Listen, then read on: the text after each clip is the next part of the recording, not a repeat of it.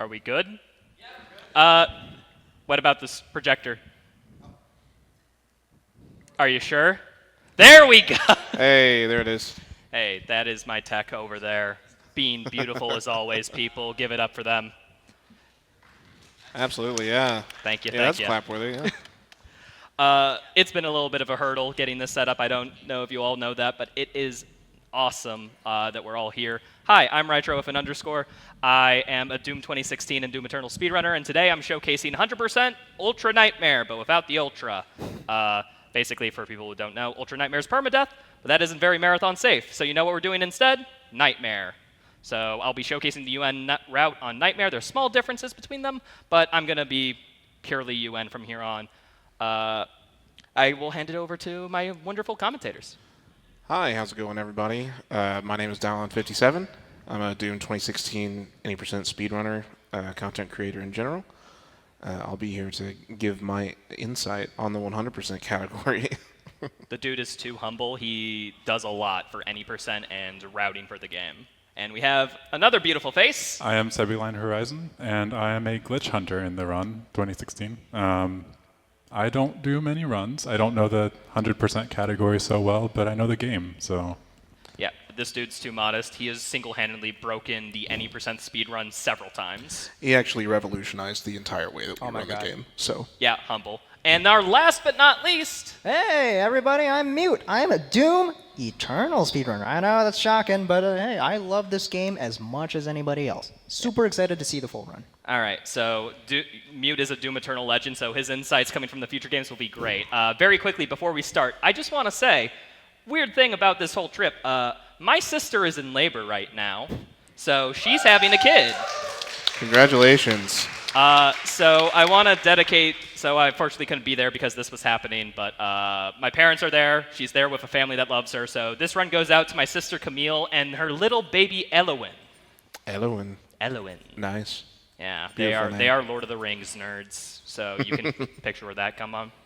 All right, Nightmare. Let's get this thing started.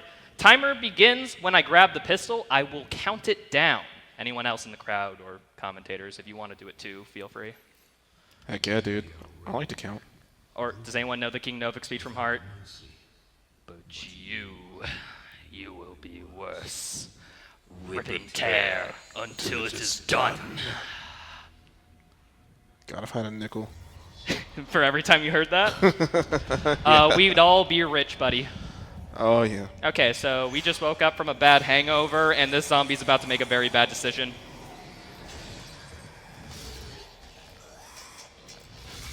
All right, timer begins in 3, 2, 1, go. Now.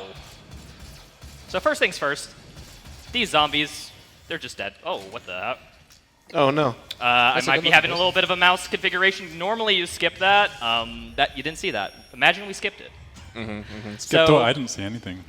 Oh, you didn't? Ah, neat. Okay, so here is Olivia Pierce, and if I stand right here, look at that. Yes. What beautiful dentistry. They put too much effort into modeling this game, and that is not a criticism. Yeah. Oh, man, imagine grabbing the suit. Lol. So, people, this is a 2-minute cutscene at the beginning of the run. If you're wondering why runners run Ultra Nightmare rather than Nightmare, it's because we skipped this. So we begin at the next level of the game, because Doom 2016 is nice like that. Mm-hmm. All right, I guess while this is going on, well, we just did introductions. What are we supposed to do? We did just do introductions. Yeah. I don't know. I haven't watched this cutscene in a while, so I'm kind of just watching. So, should we talk about story? Is there a story? How dare you? What do you think this is, Eternal? Yes. Which is showcasing right after this run. So in Doom 2016, you are the Doom guy. Who would have thought? And we just got broken out of a coffin for some reason, and we know two things. Rip and or tear. But first, Samuel Hayden's got to give us exposition.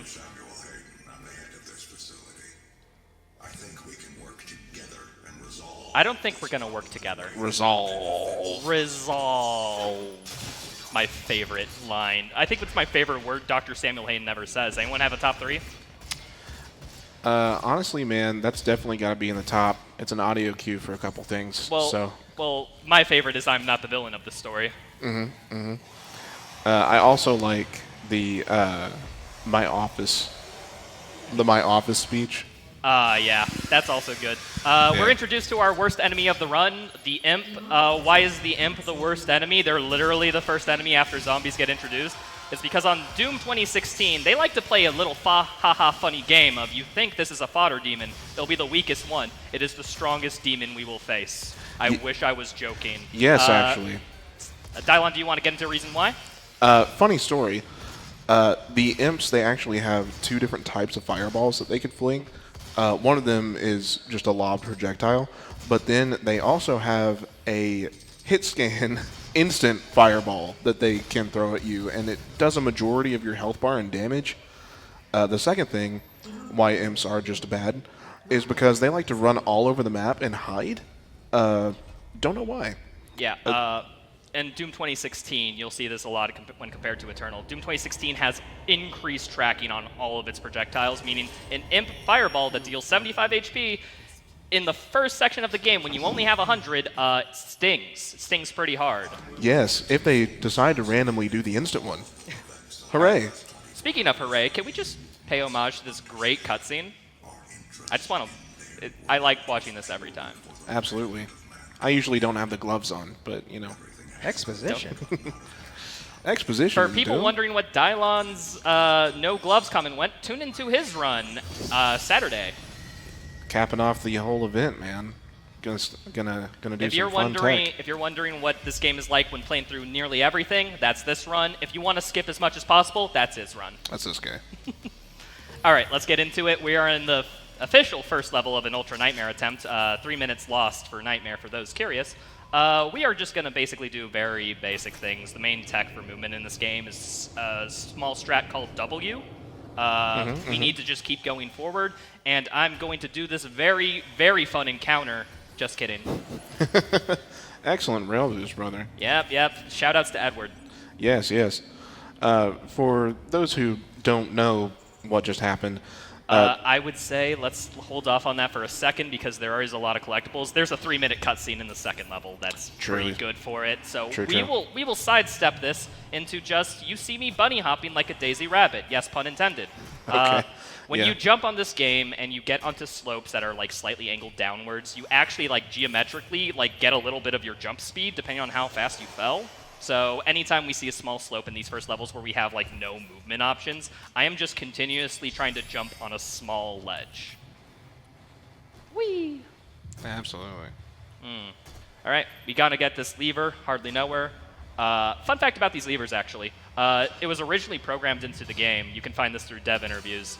That those levers pull so gosh darn long because originally they were cancelable, and that you can, you know, when you touch the lever, it would basically spawn in enemies to try to fight you. Then you have to like get out of it, or maybe risk it and see if you can pull the lever before they kill you. But that's just an artifact from that old version of the game where those features are no longer in there. I actually did not know that. There you go. We are all learning things today, ain't we? Oh, yeah. First modbot, I really don't like it, and it just gave me the explosive shot, which is the optimal attachment for the combat shotgun, because believe it or not, exploding in an area of effect is actually very, very good. So we're going to say hi to all these zombies. You may wonder why I just missed that toy, and that's because I'm an adult. I don't collect toys anymore. In reality, the game only checks for if you have the toy secret triggered, not if you picked up the toy. So we will only be picking up toys where the trigger is literally exactly on top of the doll. So I just did no combat throughout all of that, and that's because in the early levels, combat isn't tracked. So this will be basically like an all collectibles run for this and Res Ops, which is coming up here. However, Vega has to tell us some very important information. However, I played this game a few times before, so I'm going to do the cutscene skip. All right. Dylon, Sab, one of you want to take exactly how this skip works? Yes, actually. So in Doom 2016, walls and really any surface doesn't super matter. Yep, like that. That floor, not there. Yeah. If a button is in a certain position between 2 planes, you can literally just read straight through it. And funny enough, we actually discovered that during a marathon that we were all chilling out in Discord, and one of our prolific glitch hunters, Seeker, nice boost. Shout outs to Edward. Nice. Yeah. He was like, "Oh yeah, so there's just like a button here. Just found it. Let's go." Completely changed the entire level. No big deal. Yeah. We are. So you may be wondering, well, we can't do all the combat in this level, but every level in this game does introduce a new mechanic of sorts. The mechanic ResOps introduce is something called challenges. It's basically just complete this task by the end of the level. In this case, it's 2 enemies with 1 shotgun shot, which we got as soon as we cleared through the floor and totally grabbed that door legitimately. And the other is 5 different glory kills on zombies, which we just did in that hallway because there's just conveniently 5 zombies. We also have to grab all the secrets as part of the level challenge, but this is a 100% run. We're going to be doing that anyway, so free challenge. Absolutely. Okay, so this platforming here is actually a little precise, but there's no exploit in here. It's all just jumping. So we go up on here. Oh, I didn't mantle there. That typically doesn't happen. Wow. Yeah. And then we're going to go up onto invisible ledge, and we skip the intended parkour, saving a couple seconds. Gonna grab the secret level, because all secret levels are required in this category. Basically, you just have to stick your head in. You don't have to really do them, but you can just, how do I say? Just dip your toes in, get out, because all you need is that like little secret indicator that you get in the bottom. Alrighty. Oh, this guy's just sometimes spawns right in front of you. Don't mind him. I'm going to kill him for marathon safety, although if this was a run, I would just be letting it ride. All right, now that we killed all this encounter, you may be wondering, should I finish it? And the answer is no. Oh, am I dead from this? No, you shouldn't. No, just barely. I think I was a little bit. So we are going to skip this encounter because if it's not required, why do it? For fun, you may ask, but we're speedrunners, not speed funners. Haha! Thank you. Jump scare, by the way. Yes. Yeah, but if you think like, oh, all these skips are weird and we're not doing any of the content, don't worry. By the 3rd level, we will have to be basically playing every level casually because combat's required. It just so happens that if it's not tracked, you can't really make rules saying, oh, you must do X, Y, and Z encounter because that's a little bit arbitrary. Because like there are literally encounters in this game that you can just walk past without killing anything, and that seem like pretty full-fledged encounters. Yeah, you really would be surprised how much of the game's content you could skip, in theory. Yeah, just doing casual stuff. Yeah, just like casually playing. We're just speeding it up with a bunch of boosts and whatnot. We got the plasma rifle, or as I like to call it, my beloved. It's the best source of early game damage, and we will be relying a lot on that in the next level. A little bit of precise jump. Oh man, it's fine. It's fine. hard. It's hard. It is a hard jump, to be fair, and that jump does not have great. Wait, I remember you cannot mantle on that. Why? Who knows? I don't know. Okay, we got that. Get this part. We are golden. Skate park skip. Yep. We're going to pick up the Heat Blast. Heat Blast is by far the most damaging freaking thing in the early game. We are just, you fire it a little bit like this, and then suddenly, boom, you can do an AoE explosion in front of you, which does stagger enemies and is very useful. I have a little bit of problem getting into the secret, and you would never guess what that problem is. The problem is that I'm too good. I have too much health, and I actually need to take damage for this upcoming Codex entry, because all Codex entries in this game are linked to things you can use in the environment, like health stations, and you do not get the health station Codex until you use a health station, so I'm just gonna literally exactly 100 health. What the? Wow. That is fantastic. Okay, so I'm going to do a skip here called a rail boost. We'll get more into that later, but we're going to do a specific thing of it called a buffered rail boost, where I'm going to open the menu. I'll explain exactly why we do that in a second. But for now, stagger both these enemies. That's not staggered. Oh, I got this.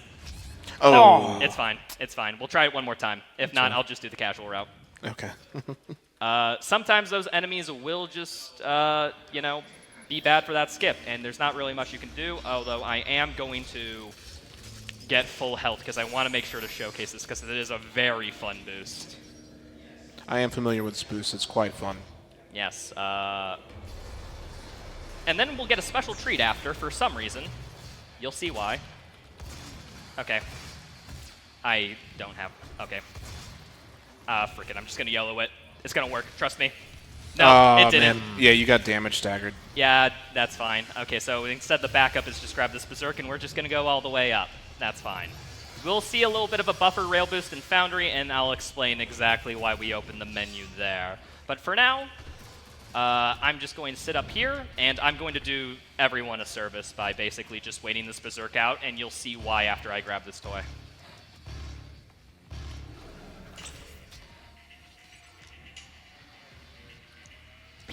Boom. The Fist community bump. loved that animation so much, we made a specific speedrun category to get to that fist bump animation as possible. Who holds the record for that? Actually, I don't know right now. I think it's Paisano? Pi? I think it is Probably. Pi. Wow. I think I'm like second or third. Shoutouts to Pi. She is a very good beast in terms Amazing. of running the side categories of this game. She holds a world record in about 6 or 7 of them. Really just a beast of Yeah. a gamer in general. All the Infinity Stones. Is that why? Puts Yeah. on her Thanos glove. I'll do this myself. Yep. Yeah. Alrighty. So we just unlocked a Praetor upgrade. I'm going to menu to equip that instantly, where we're just going to get faster weapon swap speed, because that's just really good. Fast is good. Fast is very good. Who would have thought in this speedrun? I know. Okay, we are gonna go up here, up here, up here, grab the last secret, and if you need to get a drink, need to go to the bathroom, need to do anything at this time, I recommend it, because we'll have a 3-minute cutscene where Samuel Hayden will explain the plot to us. However, don't go just yet, because I can tell you exactly what a rail boost is, but very quickly, look at this orb. Wow. Wow. It's beautiful. Is it, Will it give you strength? if I can withstand the power surge. All right, fun fact that Hugo Martin actually made me aware of. You cannot see the edge of the glass of those orbs. It Really? just suddenly cuts out.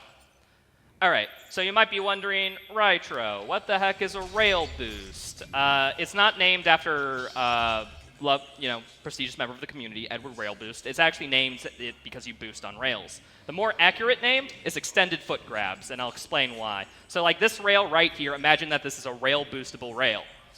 I'm very good at vocab. So imagine you land just below the rail, and you, as a player, psychologically, you'd feel like, oh, I should have made that. I was so close, because you can't really see where your feet are. So what the game does so that people feel happy is that they give them a bit of speed, and then they reset the speed after to basically like, oh, hey, you actually did make it. What happens is on certain collision, you just don't get your speed reset. So you just, instead of going to right here, you go all the way over there. And that's basically how it is. If you're wondering how is collision rail boostable, we don't know. We don't really know. It just is. And if you're wondering, well, how do we find all these rail boosts? The answer is throwing your head against the wall and just jumping on surfaces until you boost. I've spent many an hour pushing my face into a rail. Many an hour. Many. This guy So- too. Indeed. So one thing that actually is helpful to find the rails is there's a certain animation that when you grab onto the ledge, it'll like put your hands in a certain place, and it's the thickness of the rail that affects whether you can rail boost on it. So what it does is, while putting you onto the rail, it's kind of like when you play Monopoly with a kid. It's you slip them a little bit of extra money to make them feel like they're doing well. It puts you up to the rail, and it's like, well, you can go up here, but when your frame rate is high enough, it doesn't find the rail because it checks every frame or something like that. And if it's too many frames, it just keeps trying, and it eventually gives up and says, you're going this speed, fly through the air. So Yeah. it just gives up. I'm so glad we have Sab on the couch, because I don't think I've ever heard rail boosting be compared to Monopoly before, but... All things lead You back know to it's true. Monopoly. All right, we're into the level where 100% truly begins, where we start have to doing everything, and by everything, I mean killing everything, and by killing everything, I mean killing demons. We have 5 little pips in the top right of the meter that you will see. I need to get all 5 of those pips failed by killing demons and enemies in order to, get 100%. We need to get all those. So It varies on level to level. This level's combat rating is very tight. I will have to kill a bunch. Okay, so before we get into it, we have actually a challenge we need to get. 3 possessed, 1 barrel. Simple as it sounds, 1 barrel explosion kills 3 zombies. We have a very nice setup up here, and also we need to glory kill soldiers from above, and we will try to get those as fast as possible because we want enough weapon points to get Heat Blast, which is, oh my goodness. Oh, rail boost, by the way. Oh, nice. That's totally intentional. Oh, freaking hell. Yes, if you've ever played Doom 2016 casually, you may have accidentally encountered a rail boost, but to your detriment. If you were playing on console, it's not possible. You need like about 160 FPS or more to do it, which on most gen consoles they cap at 60. Oh, by the way, Gore Nest. Hey. I'm going to be doing a lot of combat here. Again, priority is getting soldier glory kills from above. I'm trying to do that as fast as possible because as soon as I complete a challenge, I get a weapon point, and that puts me just over the edge. Yes, one of the excellent things about this run in general is that you're constantly having to juggle priorities between different weapon masteries, different upgrades. So in the back of the runner's mind, you're tracking a bunch of stats in the background, and that influences the way that you handle combat encounters. So it's really dynamic, and it involves a lot of improvisation and game knowledge. I've phrased it this way, is that there's never been a 100% world record that hasn't been scuffed in at least one way and a runner had to think on their feet. Yeah, for sure. Okay, we are just doing cleanup here. We grab the rocket launcher, for if you don't know, that's a secret in this level, and it helps a lot because big AoE damage, like I said, is good. Yes, very good. So I'm going to be... Holy... What the... He didn't get hit. He must have been a pixel out. That is unfortunate. Okay, could you, like, please... Like, I'm trying to showcase this run, and the imp is just trying to get in the way. Okay, we got 1 key card.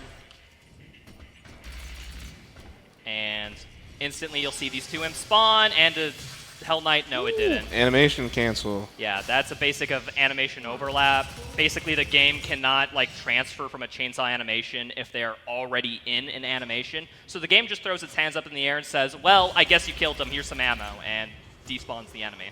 Mm-hmm.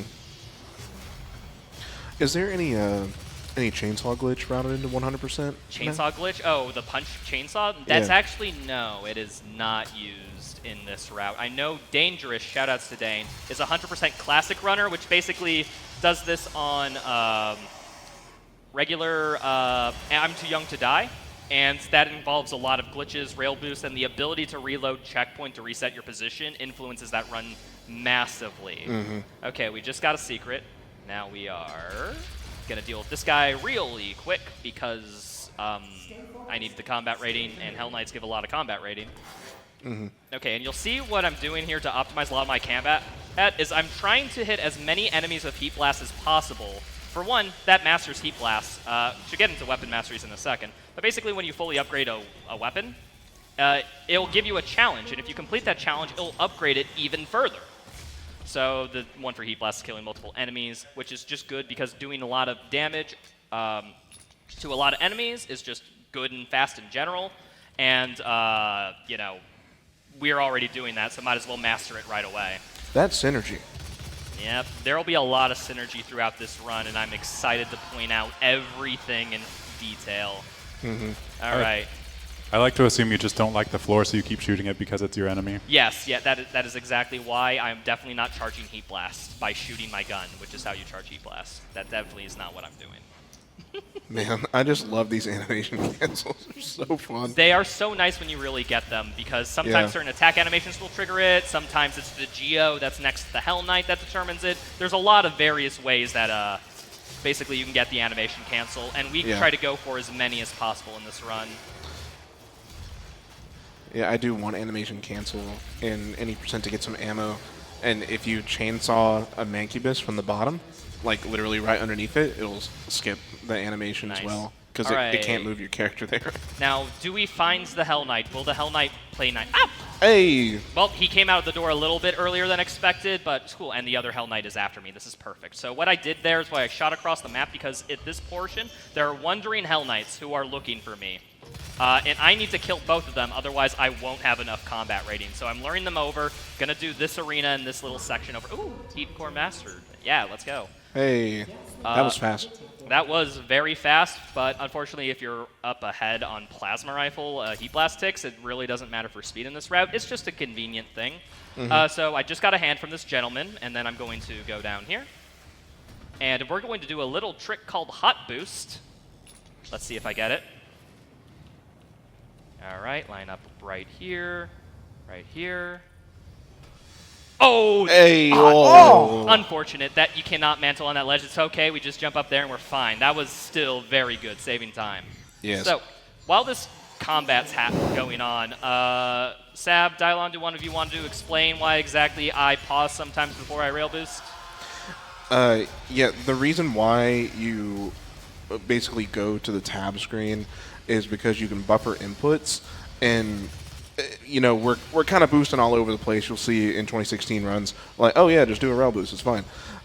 Well, really, some rail boosts are pixel perfect position. Like, you have to be on the right pixel on the ground, be looking at the right pixel on the wall to get the correct boost. Otherwise, it's scuffed. And input buffering allows us to be more precise with those inputs. Okay, but yeah. But why are we buffering? Oh, well, we're buffering so that the jump and the forward movement happens at the exact same time. Yeah, if you just do that naturally by just eyeballing it, like, you'll be a frame or two off because we are running the game at 200 FPS, so having it on the exact frame is super important. Yeah, yeah. That goes back into the precision of it, really. Especially when you're trying to do boosts like that where you need to get somewhere very specific. So one thing you'll see a lot of me doing in this combat encounter and probably every subsequent combat encounter is I'm swapping my weapons all the time. This game has a mechanic called hot swapping, or rather some variation of it. Basically, if you think about it, every weapon has an internal cooldown to when it can fire again. Like the rocket launcher, you know, has to wait a bit before it fires a second rocket, you know, something balance. But that cooldown happens while it's in your pocket. So what you do is you fire it, and then during the weapon cooldown, you swap to another weapon, start firing that, so that you basically get optimal DPS. We have what we call an alpha rotation that will be seen as soon as we get the siege mode. And that's a very good in combat encounter, actually. Yeah, that was fast. That was really fast. We're about to be introduced to our antagonist of the game, Olivia Pierce. There's one thing I know about her is that she believes in honesty. She's also faster than all of us. It's true, it's true. She's already at the end of the level, but what I'm going to do is instead of having the cutscene where she's introduced, I'm going to skip it with something we call a paperclip. Sap, do you want to take this? So I wish I knew details of why in-engine paperclips work, but I don't. It's some sort of like magic where if you press your face against a corner and your frame rate is high enough, it'll just let you through the wall. And it works on corners, not all, but it, for some reason, just lets you through. Walls are a joke in this game. Yeah, basically the logic tree is that like the walls don't perfectly align pixel mesh to mesh or whatever. So if you just get in that spot where the meshes don't quite overlap and just wiggle, you'll eventually go through it. I like to think Doom Guy just has really stout shoulders. Wait, you could literally push the texture mesh just away with his shoulders? Yeah, he's just like, nah, I'm gonna get you. All right, I'm gonna go for something a little fun here. This is a very precise skip. That's pretty fun. I hope I get it first try. So first things first, I'm just gonna jump up here, their mantle, and I'm out of bounds. Hooray! I just grabbed collision. There's nothing specific. You can just, if you do this at home, you can do, you know, it's just that simple. So I'm gonna walk on this, get over here onto this. Just a pixel width ledge, no big deal. Oh, rip. Ah, dang. Well, I showcased that trick. Normally, you just land on that platform and you get that. That is actually, I'm surprised I got that first try up to that point. I just got bad with the little mantle collision. In case you're wondering, that out of bounds that I just did, you know, all that complicated walking, saves 2 seconds. And it's very, very extremely hard to do. Yeah. Yeah. Some any percent runners don't go for that. Yeah, well, actually, it's part of the any percent route, like, in its entirety now. Oh, it is? Yeah, that's just it. All right, so I'm going to do something instead called a damage boost, throw a grenade, and I made it. Cool. Hooray. So I got to showcase both variations of that, so I guess it's not all bad. Yeah, but, okay, next gimmick introduced. Rune trials. These are basically special equipable things that you get after you complete a small trial, showing that you're worthy enough to, use them. This trial is very simple. We just shoot things until they're dead. But afterwards, we'll get vacuum, which allows us to suck loot from very, and I mean very far away. It is very good. And we will be working on that instantly. However, before we get into that, I want to talk about a trick that we're going to do to equip it called Bite and Switch, which is found by the great Doom 2016 100% speedrunner legend Bite Me. And basically, we're going to equip a rune over a locked slot. So I will walk you through exactly how this works. So if you want to, you can even do this at home. Just follow along with me as we load in. And it's only a little cheating. It's only a little cheating. So what we do is we open the tab menu. I'm going to move down with the arrow, but on my mouse I'm clicking the equipped, and the game gets confused and thinks that I just clicked the unlocked, even though I was hovered over the unlocked rune slot. So we just get to equip all 3 runes for free. Yeah, that's right, buddy. Yeah, dude. Yeah, if we didn't do this would add so much farming into the route. So us being able to work on it immediately and just do everything while it's happening is indispensable. We save several minutes because of that simple thing. I think he found it on accident too, He just did from find menuing. he found it on accident in GDQ. For people who don't know GDQ, it's Games Done Quick. It's like the biggest speedrun marathon out there. In the practice room, prepping for one of his 100% UN run showcases. And it took them, I think, like a few weeks to figure out exactly how that worked. That shotgun said hi. Damn. Yeah, I think after the event, we all kind of got in there and reverse engineered it. A lot of the 100% guys, for sure. Yeah. I couldn't figure it out. I think somebody else did. I do not know who figured that out, but Byte gets the credit for discovering it. Yep. So this is Argent Facility. There are some filters that we got to destroy. However, watching all those filters gives a long cutscene. So I think you know what we're going to do. I don't like cutscenes. Yes, us as speedrunners love it when we can skip cutscenes. Even better when there's a button for it, but if not, we got to get a little bit creative. Oh, by the way, rail boost. Ooh. Yeah, easy. Whee! All the way over here. Yeah, what's really great about rail boost too is that you can basically, like a bullet, ricochet off of surfaces if there's no collision in between. So we use that a lot. All right, we're going to go into perhaps the hardest combat encounter of the level, of which there are many, by the way, but this one's just complicated because there's lots of imps. So what I'm going to do is I'm going to see this Hell Knight, gonna throw a grenade and a rocket, and I'm just going to run away. I'm a little scared right now. Hell Knight's AI are designed to chase you down wherever you are, so while they're chasing me down and getting close, I'm just going to do some collectible hunting and hopefully not get punished. Not punished. Thank you, nice, Hell dude. Knight. Alright, and I'm about to do something even more dangerous there's a second Hell Knight that spawns in as soon as that one's dead, and I'm going to leave it alive because I need to get some collectibles. Did somebody say dangerous? Yeah, just like the 100% classic runner? Oh, I bet he's never heard that joke before. You should tell it to him. Up. Oh, nice. And so basically we lure him in for a quick kill with the chainsaw. That is risky. He can hit you at like nearly every point there, but it worked out just fine. You can usually play off it. Yeah, and Reintro's making this look very, very easy right now. The margin for error is thin because these mobs do so much damage. It can very easily just completely one-shot you sometimes. Yeah, it is. How do I put it? It is hoo-wee. Hoo-wee mama. Yeah. You may have noticed I've been using a lot of the rocket launcher. We got Remote Det. Remote Det is the optimal rocket launcher mod for speedruns because once you master it, you get a second explosion for free, which means you deal basically almost twice the damage with one rocket. It is very strong.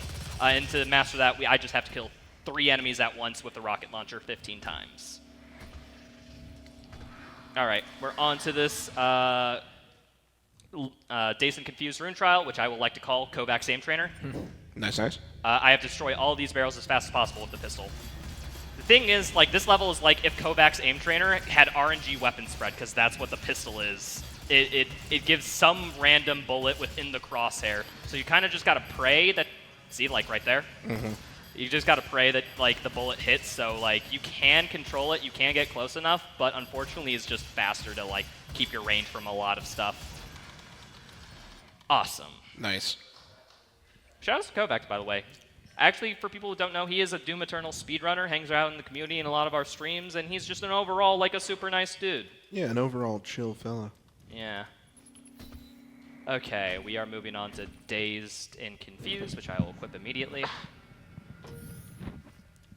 Gesundheit. Oh, thank you. So Dazed and Confused, we master this by getting glory kills from above. Glory kills, for if you don't know, are basically just when an enemy is low health enough, you can just melee them and then instantly like recover a lot of HP, depending on what your HP is at. So we got to do that a little bit. We'll only be getting like 10 to 13 of them because there's actually a very good farming spot later in the game, but it's not enough to have us completely farm. All right. Yeah, by the way, he's doing the ring around the forklift right now to respawn this encounter to farm combat Oh, rating. that's what that is. I was getting deja vu. Yeah. What the heck hit me there? Okay, so basically we're farming combat rating because, like I said, we don't need to kill every demon for 100%. We just need to fill all 5 pips of that meter. So I do that encounter 3 times, spawn this encounter, do this encounter for a 4th time, and if all worked out well... Hold on. No Hell Knight yet. I got a little lucky. Now I just don't know. Okay, well, I'll wait for him to come in here. Nice. Oh, wait for that attack. Get him after. Can't be taking damage. That will reduce your HP to 0 quite quickly if you let it hit you. Well, right now you have perfect HP. Perfect HP. I don't know what you're talking about. I'm missing Nice. about 31 HP. I could use more. Okay. Those guys just didn't want to die to rocket launcher. But okay, we gotta wait for a mod bot here. What I'm going to do is I'm going to swap mods right before to get another animation overlap. And because, oh wait, hold on. And because I started the rocket launcher animation first, it doesn't do the punch the bot animation because it thinks I'm doing another one. So it just gives me the mod for free. We just wanted to be nice to the bot, that's all. Yeah, that's true. Fun fact, if you reload checkpoint after that, you can actually use that to get another weapon mod for free. If you want to unlock all your weapon mods in your casual playthrough, feel free to do that, but quote me. Make sure to give proper credit. Definitely not the person who found it, me who told you about it, though. Remember that thing that Rydro said? That I do. What thing? Now there are some skips that you can be doing here by reloading checkpoints, as you mentioned. I believe this is the Ultra Nightmare route, which Yes. emulates not being able to reload. So, for example, you'll see Retro grabbing a lot of those, we call them Red Guard tokens, the Praetor tokens. In the classic run, where you're allowed to just reload checkpoints a lot, they just duplicate those by reloading repeatedly. Yeah, nearly, I think it's the numbers like around 30 get duplicated the same time. Yep. It is kind of funny to see. If you have the opportunity, I highly recommend you watch a Modern Doom Speedrunning marathon run that Dangerous did. He goes into detail into explaining that, and you know, halfway through he goes like, okay, now we know you don't want to watch that. Let's do you see that? Unfortunate. That was, I hit like the smallest bit of pipe collision. Unfortunate. Yeah, Yeah, some I saw it. some things that you think wouldn't have collision in this game just have collision. It's just how the game was designed. And that's unfortunately one of them. Sometimes you figure out which things have collision live in the middle of a run, like right there. So it's okay. That means we just have to do this encounter normally, quote unquote, which is just me spamming rockets at things. Yep. So do this. Do I do have to be knighted. Okay, cool. I don't understand how you runners keep track of all the objectives. There's so Lots many. of time. I had to have a document open on my first few initial runs and refer back to it to make sure I got everything. Yeah, just the sheer amount of information that you have to retain on a 100% run, it's like a whole skill set in and of itself, you know. And, you know, if I've said it once, I've said it a million times. This game really has something for everybody if you want to speedrun it. If you enjoy difficult, complex, you know, combat encounters, you've got that. If you like busted, out of bounds, crazy trick stuff, you got that too. And if you like the busted out of combat encounters, don't worry. You only have to learn a 2.5-hour speedrun for it. Yeah, right. Right, yeah. Which you know, it might seem tempting initially, but it's actually quite fine because how do I put it? You can learn level by level, and if you really do have just a passionate interest in speedrunning, like you could just treat one level like a run, and then just do that over and over again. We do have individual level boards. So We do, so you can even compete. See a time on the leaderboard. See somebody and like, I'm gonna beat them. Yeah, I want to be really good at Foundry. Which is how we did that all the time, or how I did that starting out. I don't know. Mm-hmm. We almost have to. With Dylon, like Mute, this. Zap, have you guys ever been like that? Pick someone on the leaderboard and be like, I'm gonna beat them. Oh yeah. Oh, all the time. Oh my god, every run. Oh my gosh. Every run. Every run. Every run. It's yeah, funny. you know what? This run, I really want to be at least 6th place, okay? Yeah. No, whenever I first started running, Meta, another member of our community, and for those here, he's in the back running tech right now. He was actually the one who initially like helped me out getting started with the speedrun, and I was like, man, I'm gonna beat you. So you may have noticed I have not destroyed a single filter because Samuel Hayden didn't want us to, and that's because you can actually get to the end of the level by just doing this. Oh. Beautiful. Just wait. We gotta wait for gravity, unfortunately. So it's actually a low boost is kind of preferable there, and we are out of here. You might notice that there was no fall damage there. During a rail boost, the game thinks you're on the ground. So during the entire rail boost, it thinks you're on the ground. Mm-hmm. Yeah. So fall damage will not kill us. Hell, we won't even like do a hard fall animation. Mm-hmm. Alrighty. We're moving on to Argent Tower, which is what I like to call the reset point. This level is very difficult, but it has a lot of fun strategies to show off. Alright, so let's see here. Let me check my weapons. Lock-on burst equipped, and also, hold on. Wait, hold on. Don't mind me. Just forgot a little bit of my menuing. It happens. So there's going to be a rev up here. I'm going to quickly lock him on, and there will be a second rev that spawns in, and I'm waiting for basically a timer for him to spawn in. So while that happens, I'm just trying to get as much combat, trying to farm some Dazed and Confused ticks, trying to basically just have, a gay old time. Could you not? I am out of... Okay, I am out of super shotgun ammo. Actually, no, wait. I had never used the super shotgun. Oh, we have the super shotgun, by the way. Sometimes I forget. Just because in our routing, it's usually so good that we don't need the burst damage of the super shotgun so much. But yeah, so I kind of forget about it until we get into tower. Okay, moving on. We get the moon boots, or the double jump, if you like to call them that. We just sit here. We double jump. It's as simple as it sounds. We're going to use that a lot in this run. And it also is our detriment, which we will get into later. But for now, Rune Trial for ammo boost. Which, what does ammo boost have to deal with shooting as many zombies with a super shotgun at once? I don't know. Regardless, what we're going to do is try to line them up so that we get as many in our spread as possible. So like that, with the 3-in-1 shot. We're going to just keep trying to do that, and we got to do that 30 times. Oh, my lord. Okay. Please. Sometime pellet RNG for shotguns, in case you're wondering, is random. So sometimes you could be perfectly accurate and just the pellets just didn't hit because that was the random RNG's pattern spread. Nice. I do have a question just about like the combat in general. Go ahead. Is there one-shot protection in the game? There is not in Doom 2016. In Doom Eternal, there is, though. Okay. For people who know what one-shot protection is, basically if you're above a certain HP threshold, the game just will not kill you, even though an attack should have, which is used to, because when you're 100 health and an attack does 120, it doesn't feel good if you just die in one hit. Which is why they implemented that in Eternal. In 2016, it can get a bit rough because we are literally on a knife's edge the entire time. I did not use literally properly there. I'm sorry, grammar nerds. All right. Mr. Nitro. That sentence actually should have been... No, that's fine. Okay, I'm going to do something funny here. Hold on. Oh, no. Ripatuner, why aren't you working? Okay, my FPS program didn't work there, but it's fine because I get the boost anyway. Ooh, There we are. That skips a bunch of platforming.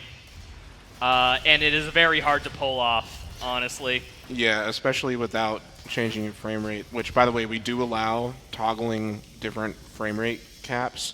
because you could technically do that with your normal hardware. Yeah, think about it this way. Like, if somebody has a lower-end PC, they actually get an advantage and a lot of boosts, so we thought that was a little weird. So in order to even the playing field, we're just like, everyone can FPS limit regardless of anything. Yeah, yeah. And what's more impressive about that boost that you just got is that whenever you're on top of a rail, you can initiate a rail boost by pressing S and W in quick succession, and the amount of time you spend pressing each key determines that boost, and he just so happened to do it perfectly. Yeah, and even at 200 FPS, like, sheesh, that's good. Luckily, there's not Yeah. too much frame rate dependent tricks after that one, so my program bugging out really isn't an issue from now. But the game's just nice to me today. You gotta, how I put it, it's a nice feeling when the game is just nice. The higher the frame rate is, the farther the boost will be. So if it's at like 175 frame rate, your boost will be lower. You won't go as far. Fewer frames to build speed. All right, I am getting chiropractor, which is just adjusting these imp's neck real quick. Please, we got it. Okay, because this is actually unironically one of the hardest encounters in the game. Because if you want to, like an imp right there, like, can just decide to end your day, and you're getting glory kills, so like in the split instant after, you are very vulnerable to literally just be attacked. Remember those hit scan projectiles we talked about? Yeah, oh, external payloads mastered, nice. Okay, cool. Hey. That is, we're a little behind in the routing for that, but that's fine. I'm not even gonna try to make it. If you hit that thing, you're just dead. So I'm just not gonna take any risks, and we're just gonna move on here. Alrighty, coming up here, we're going to get another toy. But normally you have to go up and around these vents and whatnot, do some parkour and whatnot. But if you do a precise jump, you actually don't need it. So I'm going to line up right here, wait for this thing to get away, and jump, jump. Got it. Nice. And goodbye, toy. We just need your secret. Yeah. By the way, for those wondering why he's shooting at nothing, that is not his sleep paralysis demons. That is trying to drain ammo so we can upgrade ammo boost. Yeah, so upgrading the runes, all the runes can have a mastery with them too. If you want to think about it this way, you got to complete certain challenges. We got to pick up ammo, and you can't pick up ammo if you're full on ammo. So what we do is we just shoot so that we're empty so we can pick up ammo. Oh, that's the Mancubus. We were saving a chainsaw for him. This encounter is a bit scary. I think I'm just going to skip it, actually. Sorry, guys. Is this Banana Skip? This is Banana Skip. I love Banana Skip. It's how we split out of this arena. Yeah, So basically, we're all dependent on these elevator cycles, and normally you won't be able to jump on top of them. But with Banana Skip, you can. It's just that simple. So while we're taking this elevator up, the reason why we're skipping this combat encounter is because this level actually has a lot of combat rating, and we can just full-on skip an encounter and still get 100%. You might see the bananas we're talking about if you keep your eyes peeled. Yeah, we did it. You did it, man. I love you all so much. Oh, we love you too, man. All right.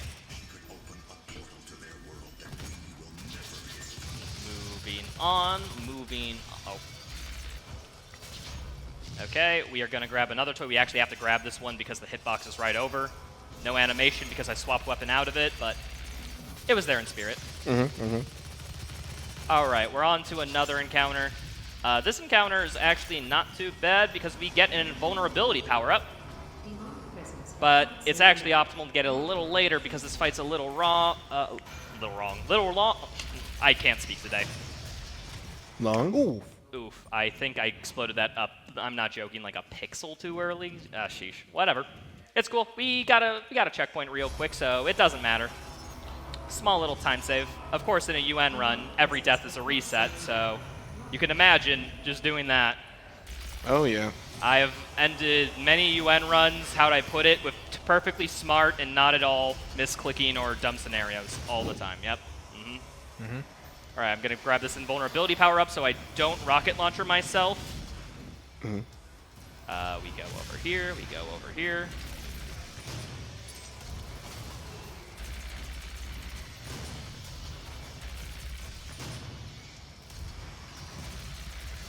I only ever see this room during the fade out of the level. This is nice. Okay, cool. And then we just basically had to kill a bunch of enemies as they came to us, which is awesome. Now, my goal during this whole section, while we just move up, is to waste as much ammo as possible, because there is an ammo refill coming up quite soon, and I want to get as much ammo from it as possible. All right, fun fact, we just got our first health pickup. Normally this game tries to assume that, like, you know, you have some health pickups, but we spec'd Doom Guy into a glass cannon.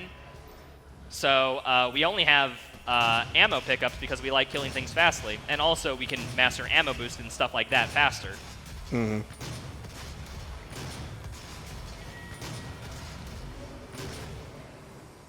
Alrighty, we are all good here. We're just going to grab the secret lever for a secret level, but we won't go to it yet. Foreshadowing is a literary device. Yeah. I always imagine those levers are just made out of some sort of crazy material. Because, like, Doom Guy can literally rip the skull of a humanoid in twain like nothing. Can break the arm of a demon snake and then use that broken bone to pierce its head, yes? Yeah, right. But the lever, man. Oh, momentum puzzle, by the way. Hey. Whee! On to the next rune trial. Alrighty. Equipment power. In order to use our equipment better, obviously, we have to blow up barrels. Completely logical there. Mm-hmm. I think they do good... How do I put it? They do a good job of, how do I put it, framing these challenges somewhat relevant. But unfortunately, there's just, how do I put it, too many challenge ideas, not enough relevancy, so they did this, which is just fine. It has a lot of variation. We are super reliant on, how do I put it, on enemy spawn, AI, and RNG, and all that stuff in order to get them close to barrels in order to instantly, kill them. Mm-hmm. So, but that went relatively well. I'm happy with that trial. Pretty good RNG. Yeah, that's the thing with these combat-heavy runs is, runners, obviously you have very impressive knowledge of where everything spawns and things like that, but that only really takes you so far, so, enemies sometimes have a mind of their own, but you can influence it to a degree. Oh yeah, Olivia? The events of the game say otherwise.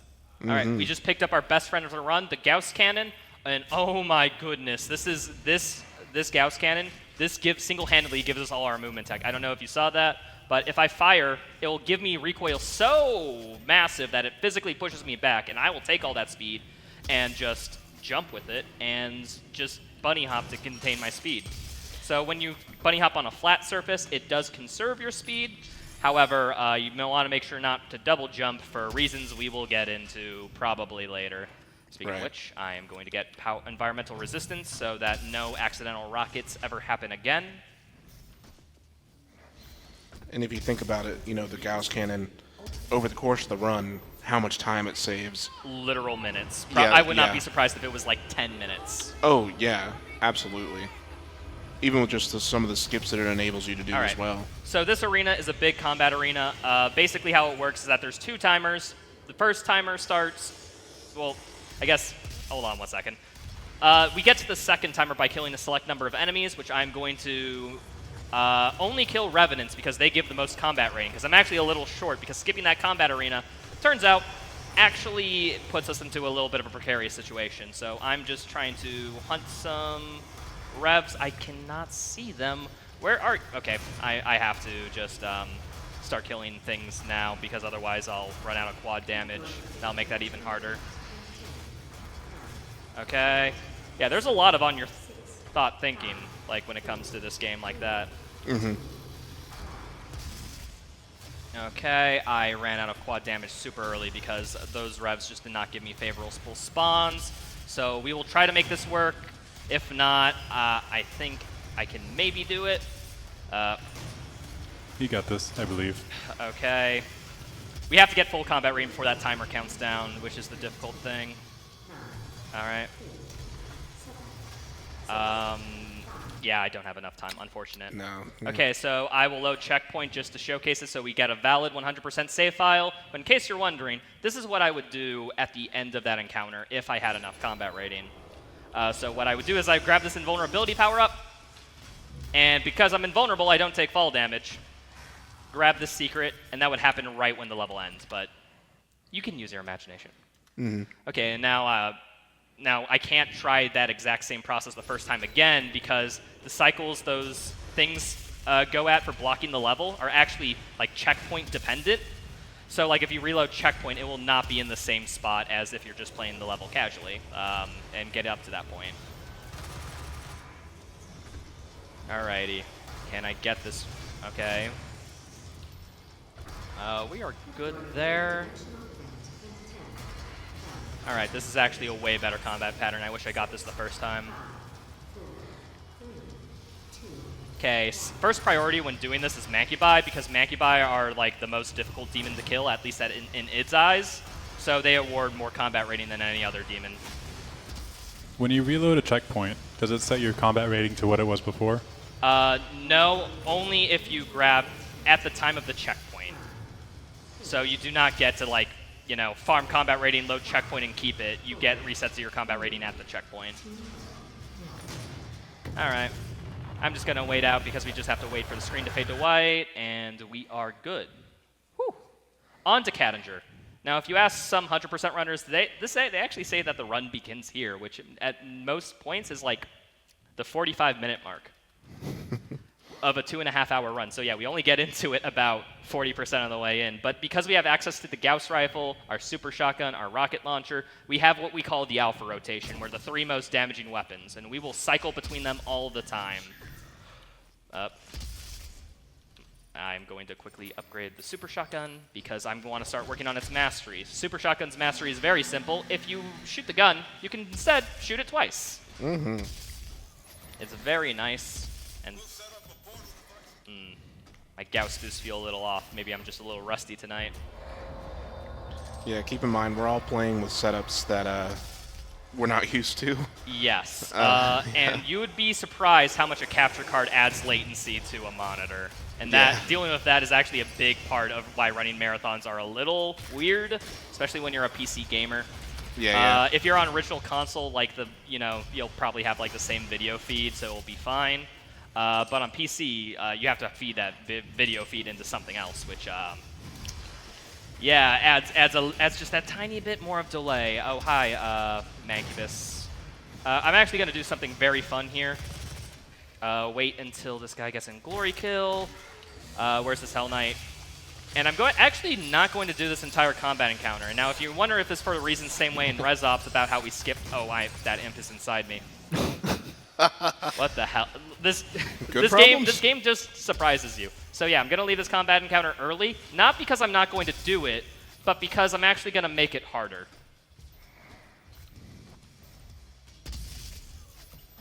Okay, so you'll see why. I actually skipped to a later part of the level really quickly there in the beginning, so I can access this teleporter, which will bring me back to that arena, spawning in the second encounter. So I am layering, yes, 2 encounters at once. But it's okay, we have something to even the odds. Even though I'm facing twice the enemies, I'm gonna have 4 times the damage. Hooray. Because of a power-up. Wow. Wow. Could you? Thank you. Double trouble, super shotgun, 2 things at once. You gotta get all the ticks you want because you want it as soon as possible. Alright. Yes. Anytime we refer to a tick as well, we're referring to progress on something. Whether it be a rune or a weapon mastery. That's just because the sound effects that the game makes whenever you complete one of those is like a tick sound. Yeah. Alright, and see with quad damage, that's both encounters done quite quickly. Wow. Wow, that was really good. That was clean, actually. It was very favorable. Okay, moving on. We are going into a small traversal section. We just got to do some collectible cleanup. Here's this yellow skull. Hi, yellow skull. Hello, yellow skull. Now, we just put in the blue skull, which is actually the way to get further into the level, because all this loops back around and teleports, yada, yada, yada. But there's a full-on combat encounter in this, beyond this yellow door, that we will skip, because for some reason, Cadinger just has way too much combat rating that we can literally skip a full encounter. Imagine grabbing keys, though. Who would do that? I don't know about you, but you guys are taking the Red Warrior philosophy. I have had that happen before during runs. It is just funny. Okay, gonna do a precise Gauss boost, and ooh, nice. That's nice. That one's actually kind of tough. It is, because like it is so precise on your trajectory, and you got to know how to strafe last second to like kind of like finagle your way right into the climbable edge. Here we are, super shotgun. We're trying to get savagery, and the most savage thing you can do is killing an imp with a super shotgun. Indeed. That was actually pretty close too, because you almost got damage canceled by that imp. Damage, with the super shotgun, I believe it will give you a flinch. It won't stop you from firing, though. Well, I meant for your jump. Oh, Yeah. does the jump give it? I'm pretty sure you have full control over your movement, right? Am I? No, you can actually get staggered out of like your momentum, like Oh, you can. entirely. Yeah, you're right. Yeah, because Yeah. of the project. You know, Newton's conservation of momentum, something physics. Yeah, I think he said something about imps in his law. I don't know. Yeah, I think. Yeah, that's actually what fell Imp's from law. the tree. Yes, it of was. course. It was an imp that threw the apple. The very well-known physics property, imp. Alrighty, we have two choices between level ups when we get these character upgrades. That's choice between health and armor. We have our core of, we are of course getting health, because health is just the more useful one. We'll actually, the armor upgrades come in really important near the end of the run for a rune called Rich Get Richer, which we will explain when we get to it. But for now, boop. Just some quick alpha rotations on all these guys. That's the chain gun. We are not picking it up, but we have to grab the secret because it is a tracked secret. The chain gun, unfortunately, just isn't too useful in speedruns because you get more DPS just by swapping your weapons very quickly.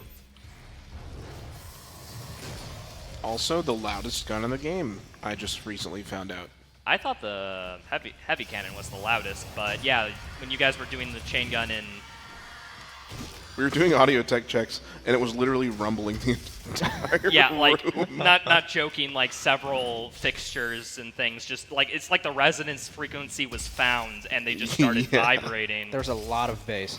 Yeah, a lot of bass. No treble. Oh my god. Oh, Christ. All right, so we're going to get the final challenge, which is glory killing specifically these enemies, Hellraisers, from the side.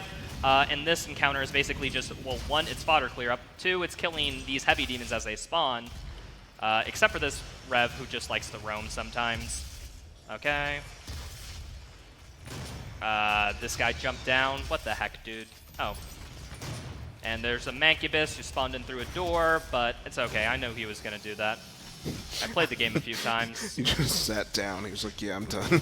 Okay. This guy, what the heck? How dare he? Oh, this Rev also lived. Sometimes it can have that, like, certain damage animations when you give an enemy can instead, like, you know, where you send them at a glory kill state expecting them to die, what will happen instead is, like, the damage will just get them out of glory kill. I don't know exactly why that happens, but it's a thing that does. Alright, so we are going to seek and destroy, which is basically a glory kill rune. So what I'm going to do is just micro missile and... What the heck? Come on, dude. Alright, so a funny thing about this game is that animation canceling also applies to some weapons. Like you see there, the melee animation can be animation canceled by firing the heavy cannon. And the heavy cannon firing animation can be canceled by melee. It actually does so much damage, it's crazy. Yeah. And there we go. Whew. We are done with the final rune trial in Kadinja. We are moving on to the next one. By next one, I mean next segment. Hell yeah, brother. Hell yeah, brother. So how you guys vibing tonight? Just curious. Doing Couch, so how you doing? Doing good. I was actually going to ask Mute, Oh, yeah. you've been kind of quiet. How are you liking the run? Oh my god, it's so nice. I keep looking at the game, I look at the mechanics, and I'm thinking, this is really, really well-rounded and super polished game mechanics. Oh, yeah. And we mean this in the most polite way. Doom Eternal lacks some polish in that, but it makes the run amazing, and I would not change it for the world. You will see more of that in Mute's showcase right after this run. Plug. Yeah. Plug. Even some mechanics that they took out of the game somehow was implemented in the mod they will showcase, so I would say worth it. I mean, this is amazing. I'm just sitting here silently enjoying. How do you think this compares to running Eternal? What's your take on it? I mean, my take is that it seems to be not quite, but a little bit of a less high-octane run, but extremely detailed in terms of routing and memorizing stuff. There's so many things to keep in mind.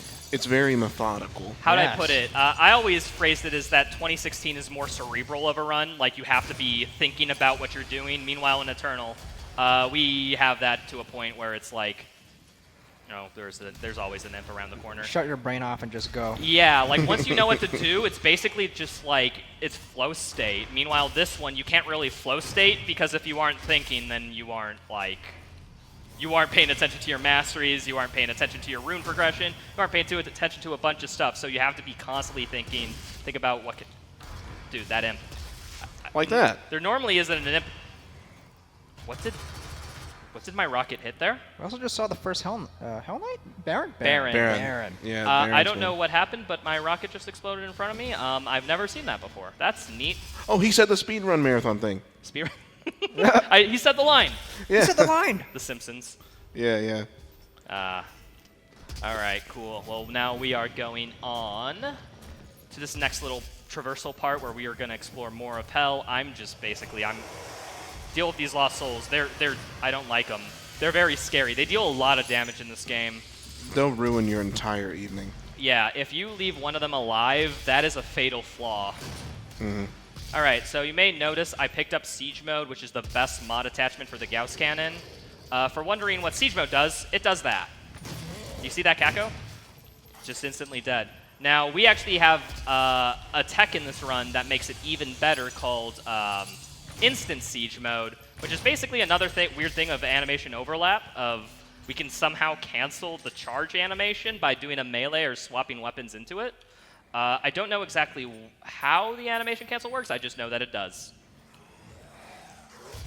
I like to pretend it's intended by the devs, even though it definitely isn't. Oh, with how powerful you can one-shot things with the Oh, Siege Mode, no. it totally wasn't. However, it does make this run very much more high-octane, high fast pace, and is one of the few respites we have because this game's very difficult. Yes. If you see an Ultra Nightmare speedrunner and they're trying this, they will attempt the game, I'm not joking, 20, 30, 40 times before getting a completion and a PB. One thing I have always wondered about the UN Hundo is, did the devs expect people to be able to pull that off? Like, Yeah, this was actually answered by Hugo when during my GDQ run. Basically, it's like they tried to give QA testers. However, it's Ultra Nightmare, high difficulty permadeath. There's only so much they could do. Basically the takeaway was that they got close enough, and that was enough for us. Nice. Okay. These imps are being a pain, but when are they not? Am I right? Yeah, this is probably one of the worst arenas for imps, just like in general, because there's so many places to hide, and also so many places to lob a random fireball from. you might say it's the best arena for imps if you're an imp. That's true. If you are that, that's a perspective shift. Yeah. I appreciate that. Yeah, You're you welcome. know, it is the best if you don't take it impersonally. Ah. Oh, God. We're gonna let that one sit. It was impressive. Yeah. We are done with Cattinger. We are back out of Hell, and we are going to Argent Facility, which it's had a makeover. It's a little bit destroyed, just a little. What happened in the story? What happened in the lore? So Olivia blew a hole into Hell, and that hole into Hell went to Argent Facility, and now there's just stronger demons. So yeah, I guess plot recap for anyone paying liking the story, which I really like the story of this game, by the way. I think it is the definition of a simple story told remarkably well. Ah! I'm out of Gauss ammo. I'm gonna have to get creative. This will be interesting because normally I Gauss boost here. I have to do the casual route for once. I've done this once during. I rarely have to do this, so bear with me. We're fine. We're fine. We're back where I wanted to go. Okay. Cool. Cool. So that's how you do that casually. Just a little parkour. Yeah, just a little parkour. Grab the quick toy, and we are going to grab a secret level real quick. Gauss boost up to this lever. Wow, it doesn't even clip through the wall. Well, we kind of clip through a fence if you count that, but it's more just like you know, you can reach things through fences, so it just teleports you almost. Yeah. Yeah.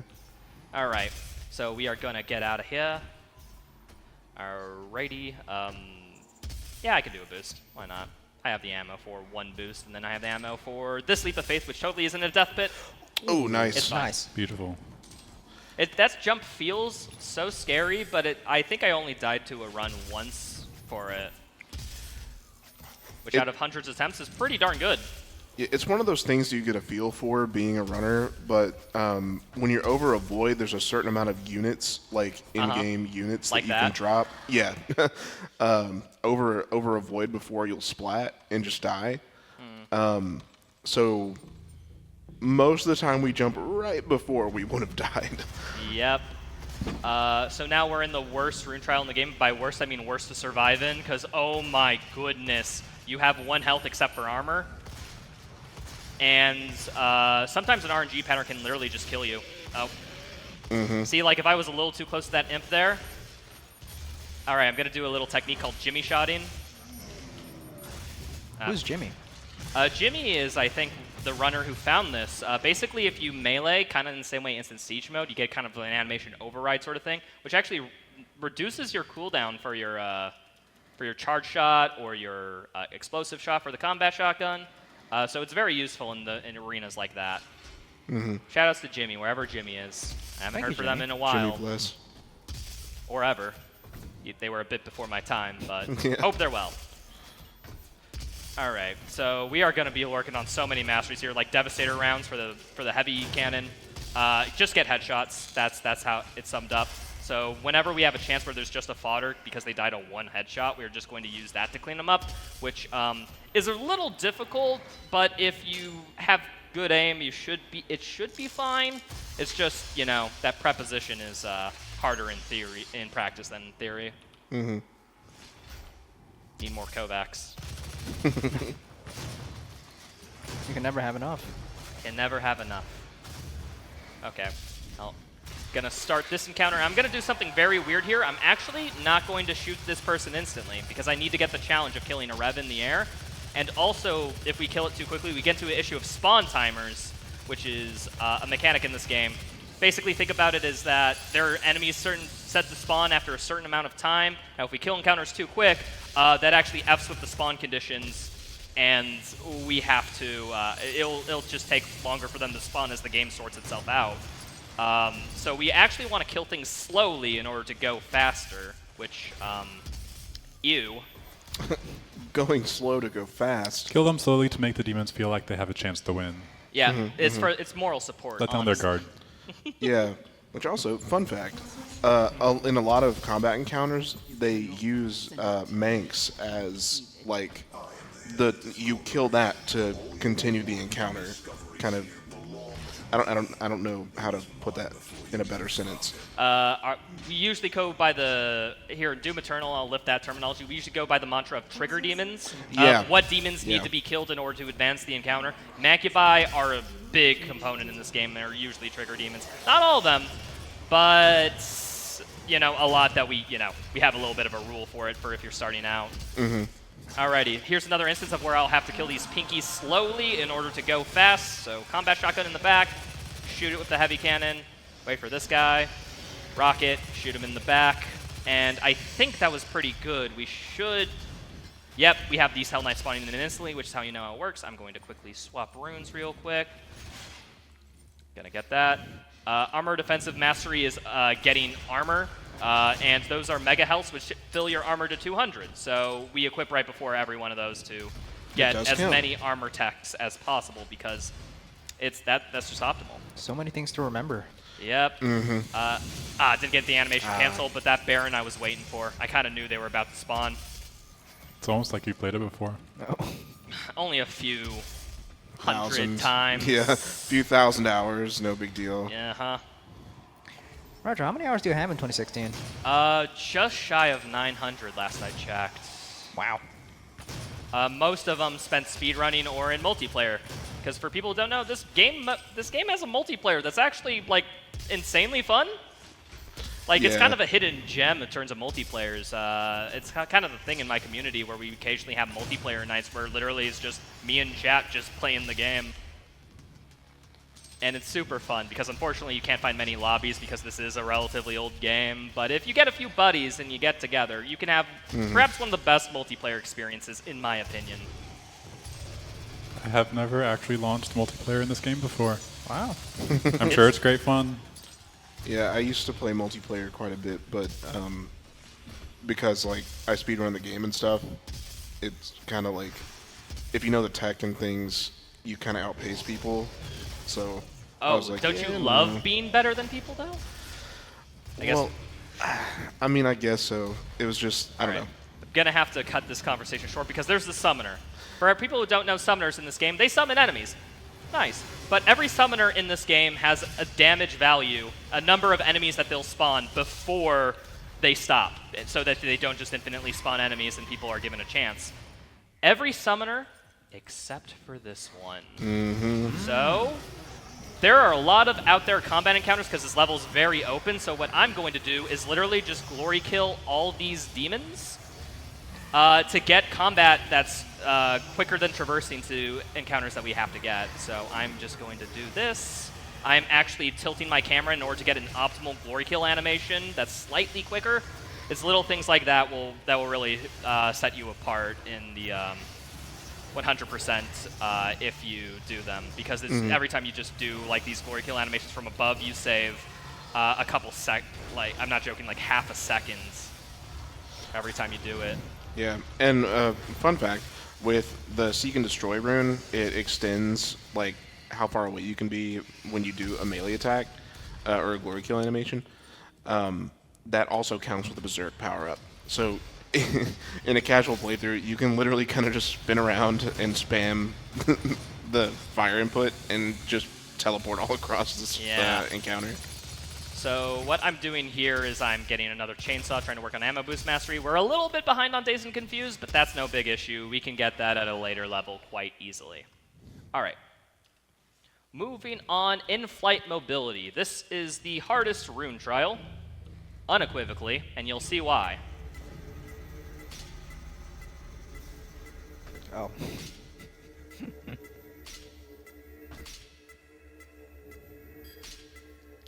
Yes, I am staying silent for this. I need you all to experience what it's like to run this.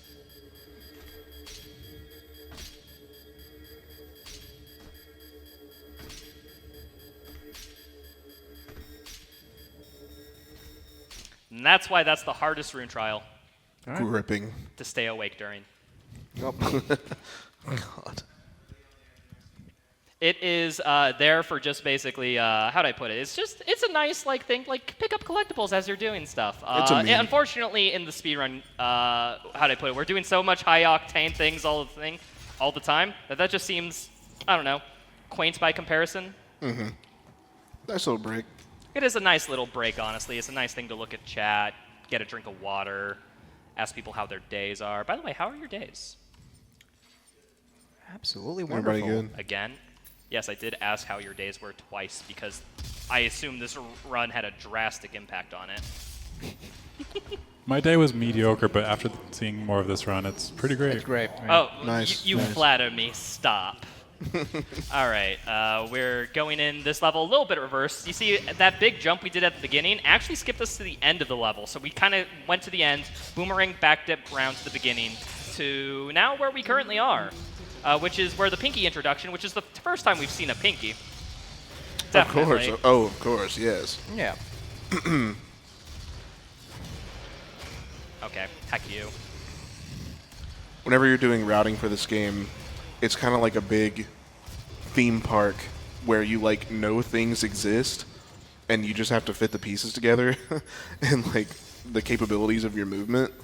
So it's really fun figuring out cool and interesting ways to get around the map where like you're still doing everything, but usually in kind of like a backwards kind of way. Yeah. When you can fly through the air and clip through walls, the game becomes a bit less linear. Yeah, definitely. Alrighty. So right now we're working on Cluster Strike, the upgrade for Explosion Shot, which is just killing imps with direct shots with it. So what we do is one, if we have quad damage, body shot will instant stagger, easy explosive shot. Now I can't jimmy shot during this, however, you gotta pick and choose my jimmy shots carefully, because if I'm too close, I do have glory kills from further away on as a rune. So I will sometimes, even though I'm in shooting distance, just glory kill, because the range is just that gosh darn big. Okay, we've cleared that encounter quite nicely. Moving on to one of the last encounters of the level, which is actually one of the midpoint encounters, but don't think about it. Yeah. All right, so actually one thing I'm doing here is I'm actually manipulating these spawns by looking in certain areas and standing in certain areas in order to get, you know, okay, I must have missed that shot, in order to get Revs and Kakos to spawn in my cone of vision so that I can, you know, easily kill them to move on with the encounter. Yeah, we'll see more of that in a later level as well. Lazarus is huge on spawn manipulations. If you do not Super have huge. spawn manips down, I'm not joking, you lose literal minutes in this run. Yeah, it's an out of sight, out of mind kind of principle. All right, we do have enough combat rating, so me killing that summoner a little too quickly actually turned out fine. Okay, I'm going to try to finish up double trouble here. Oh, wait, hold on. See, that's what I mean. Like, I was Nice. I was all the way in Iowa, you know, and I still, like, went to glory kill. Okay, hold on. I don't know. Yeah, wait, I already have double trouble. Neat. I think we are good. Woo! Woo. Alrighty, and now we move on to ARC, or as I like to call it, the biggest reset point in the run, because this level is hard. Yeah, it's the worst level in the game.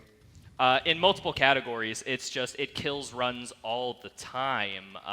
It has super hard combat for 100%, has a very bad paperclip, which you will see later if you watch Dylon's run. And Yeah. it's just overall, like, just, I don't know how it is, it just is. It just got to it. Oh, yeah. But, okay, before we get to that level, we're going to have a little bit of levity. So I need headshot ticks for Devastator rounds. Your illusion counts. No, that works? Yeah. Oh my god. It only counts on horizontal moving platforms. What? Why? And this is just a big horizontal moving platform, Dude, man. if I had the opportunity to interview a programmer of this game, I would straddle them down and berate them with Wow. questions about. I am so curious of how just some functions of this game work. That's one of them. It's funny. It's great. Yeah. Okay, so now we are moving on. Quick little snippy rail boost.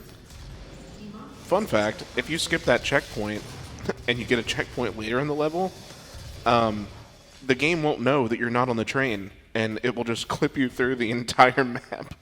Oh, I've seen that before. It's and very will funny. drop you into the abyss. It's so funny. It's actually a real problem if you try to do the UN any percent strats in this level in non-UN. Okay, we are moving on. I'm going to play Kovac Same Trainer in this room real quick. Shouts to Kovac. Again. Yeah, hi, welcome. Hello, Kovac. Yeah. In the crowd, we see you. Much love. Alrighty, and at this point, we have fully upgraded our health, which means we are a tanky boy. No, the game accounted for it. So we will see a lot of hard enemies around here, and honestly, my goal in a lot of these encounters is to do the optimal strat, but if I can detour quickly to guarantee safety... Oh, by the way, I'm getting Bottle Opener, which is the Glory Kill challenge for this level. How do I put it? On UN, you kind of have to adapt of, you don't want to lose your run if you're on good pace, so you need to know, like, safety strats or ways to play around bad RNG, and all this other stuff that you just got to keep micromanaging in order to... basically, yeah, just get a run in, get a world record or something. Yeah. All go, no stop. Lock in. All right, so I'm gonna Jimmy shot because these imps are relatively free. No, unfortunate. Just barely landed in front of that guy. Free headshots before this encounter, and now we'll start this. This is the hardest encounter in the level. It's like the first big one too. So there's just a Mancubus that spawns in, and 2 Mancubus spawns in. Now Mancubus are dead. Now, okay, there's gonna be a summoner that spawns after a certain number of enemies are killed. And that's actually very important, because if I do not kill enough enemies that have enough combat rating, I will not have enough combat rating for the end of the level. So what I'm going to do is basically just slowly kill enemies, farm a few masteries, use some stun bomb to try to stun enemies in their place, and kill some Hell Knights. And then when I hear the third Hell Knight spawn in, which just happened right now, I start blasting. So I started blasting. Yes. And then Summoner. Should mention lock-on burst mastery is killing a summoner with lock-on, which is as simple as just locking in. Okay, now after that happens, we are fine. I'm actually going to quickly do a quick little reroute, I think, and get the Dazed and Confused and work on that while I'm here, because I just have the opportunity and I am a little bit behind on it. Yes, the dynamic reroutes in the 100%. Yeah, you have to do reroutes like this all the time. So you just use your best judgment, see what is fit for the moment, and you just swap to that one? Yes, Yep. exactly. I was just like, I have Berserk here, which is free glory kills, so I'm just going to swap to it real quick. Yeah, you literally have to open your Let's third get eye. back and to armor defensive. yeah. Okay, so Samuel Hayden, we were supposed to meet with him, but instead, what if I you nudge guys skipped against this corner, and oh, look at that. In case you're wondering what this maps look like from the outside, there you go. Who found that one? I don't remember, Dara? actually. Dara found that paperclip in particular, but there has been alternate strategies for that for ages. So what I'm going to do is grab the secret level from out of bounds, because you actually have to backtrack a long way from this lever in this level, so it's faster to grab it from out of bounds. And then, after Samuel Hayden was done yapping, you're supposed to go down to this elevator shaft, but instead I'm just going to hit the trigger that says I'm at the bottom of the elevator shaft. So as far as the game's concerned, I talked to Samuel Hayden. I can move on. But I can't get back in bounds. There's no good way for it. So what I'm going to do is do a precise setup here.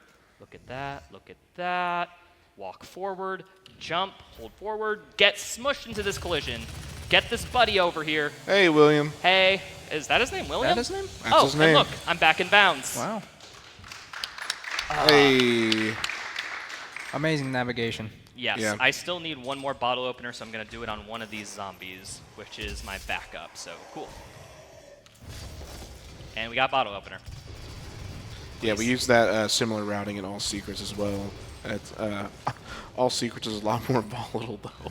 Yeah. A lot of the other categories do it, too. Like 0% started implementing that strat to skip that cutscene. Oh, really? Yeah. That's nice.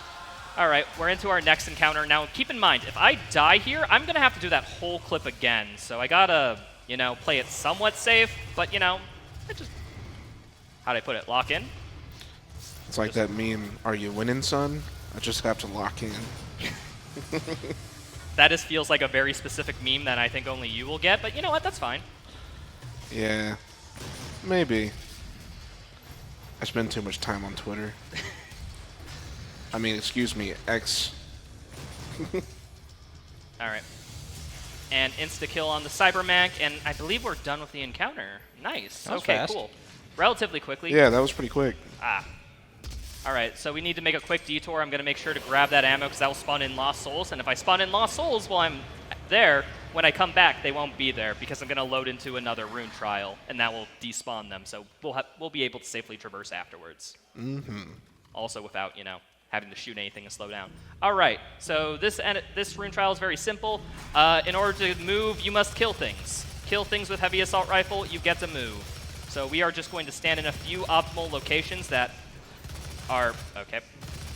I just missed a couple headshots, and that's how it goes. Basically, we're going to try to spawn, stand in positions that have sightlines on as many spawns as possible, and then just kill whatever we see. That's basically the only tech to this run is position is somewhere in this corner, and how accurate are you?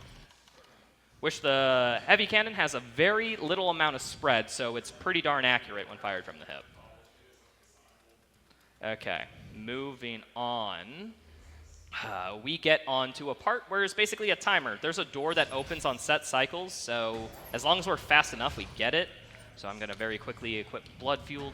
That's our rune that we just picked up that increases your speed whenever you...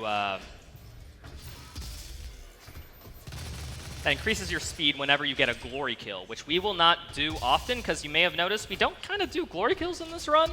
And unfortunately, it's just because of the small, simple fact of that one bullet is a faster animation than this glory kill thing that it put a lot of time into. Yep. Glory kills slow, bullet fast. Also, if you remember back to some of those glory kill challenges that we did earlier, sometimes glory killing can actually be scary because enemies can hit you right out of it before you can move. Which, so that's why we typically don't do it for safety and for speed. So it's nice there.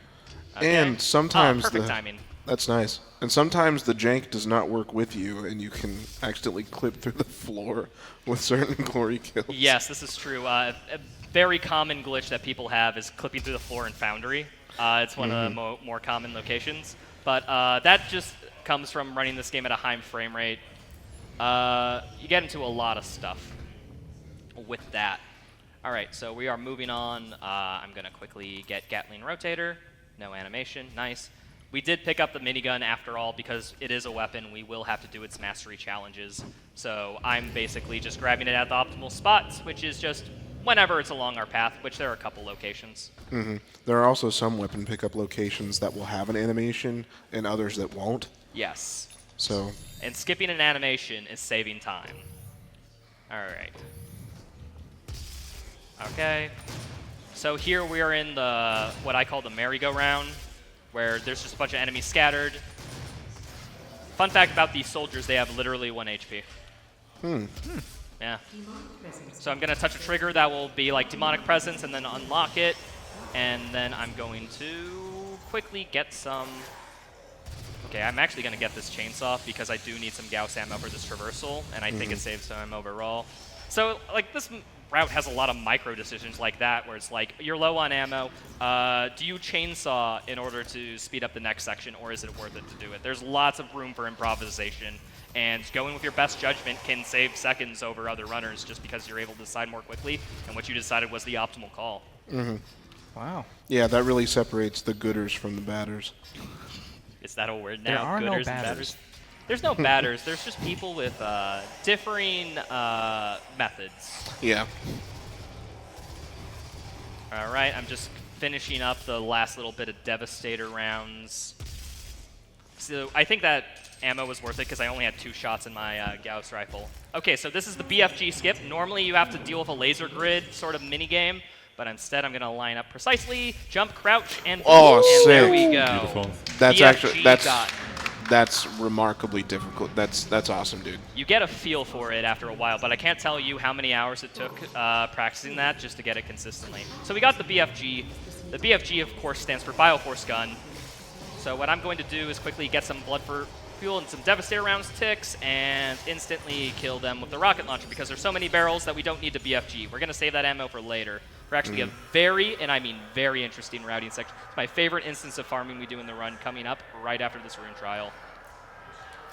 I wish I can do it justice with explaining, but we will get to that first. First things first we need to do is Intimacy is Best rune trial. Woo! For people who play this game, Intimacy is Best is very good if you like going for glory kills. However, as I said, we don't go for glory kills here. So this rune is not really optimal. It basically what we have to do is put demons in glory kill, and it will give them increased HP so that, you know, you can basically go in for the glory kill so you don't have to worry about killing them. However, we want to kill them, so we get into that issue a lot. So we are going in this next farming session to master Intimacy is Best, or a big portion of Intimacy is Best, and also master a big portion of Blood Fueled, all in one go, and I hope it goes well. All right, I'm going to talk you through it because there is a lot of moving parts in this. I have Heat Blast equipped, and I have memorized how many pips it takes to kill, put it in Glory Kill, or whatever for several enemies. So first things first, Intimacy is Best. So what I'm going to do is quickly kill these cue balls right here who are going to be protecting all these poor, unfortunate zombies, get them in Glory Kill. Gonna deal with some other enemies while they're in Glory Kill. Oh.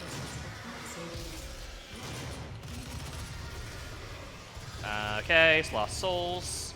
Oh wait, hold on. Don't need no that. Get a chainsaw while they're in Glory Kill because they're still there. Wait for them to get out of Glory Kill one more time. BFG tendrils get them into Glory Kill, and I get 26 ticks there off of 10 zombies. Whew, that was good. But it doesn't stop. We go into a combat encounter. Remember how I said that there's limited combat rating in this level? That comes into play right now. If I do not kill enough enemies, I will not get 100%. So I'm going to try to kill 4 of these Hell Knights. Okay. I'm actually going to send a rocket at 1 and then spawn camp a summoner. Hold on. Get locked on. All right. That's the scary part. We're no longer scuffed. Now we just have to survive. Hooray. So first things first, I'm going to chainsaw to trigger blood fueled and then BFG to hopefully kill the encounter and get a bunch of blood fueled ticks while I'm at it. Wow. Are we good? No, 1 Cyber Mancubus lived. You know what? Because both them lived, worth it to BFG, and I'll just grab a backup. Okay. So this is the backup BFG. Sometimes with Cyber Mancubus, they'll just, you know, LOS. But that combat rating, a little short. It's okay. I'm not too worried about it. Sometimes enemies drop BFG ammo, right?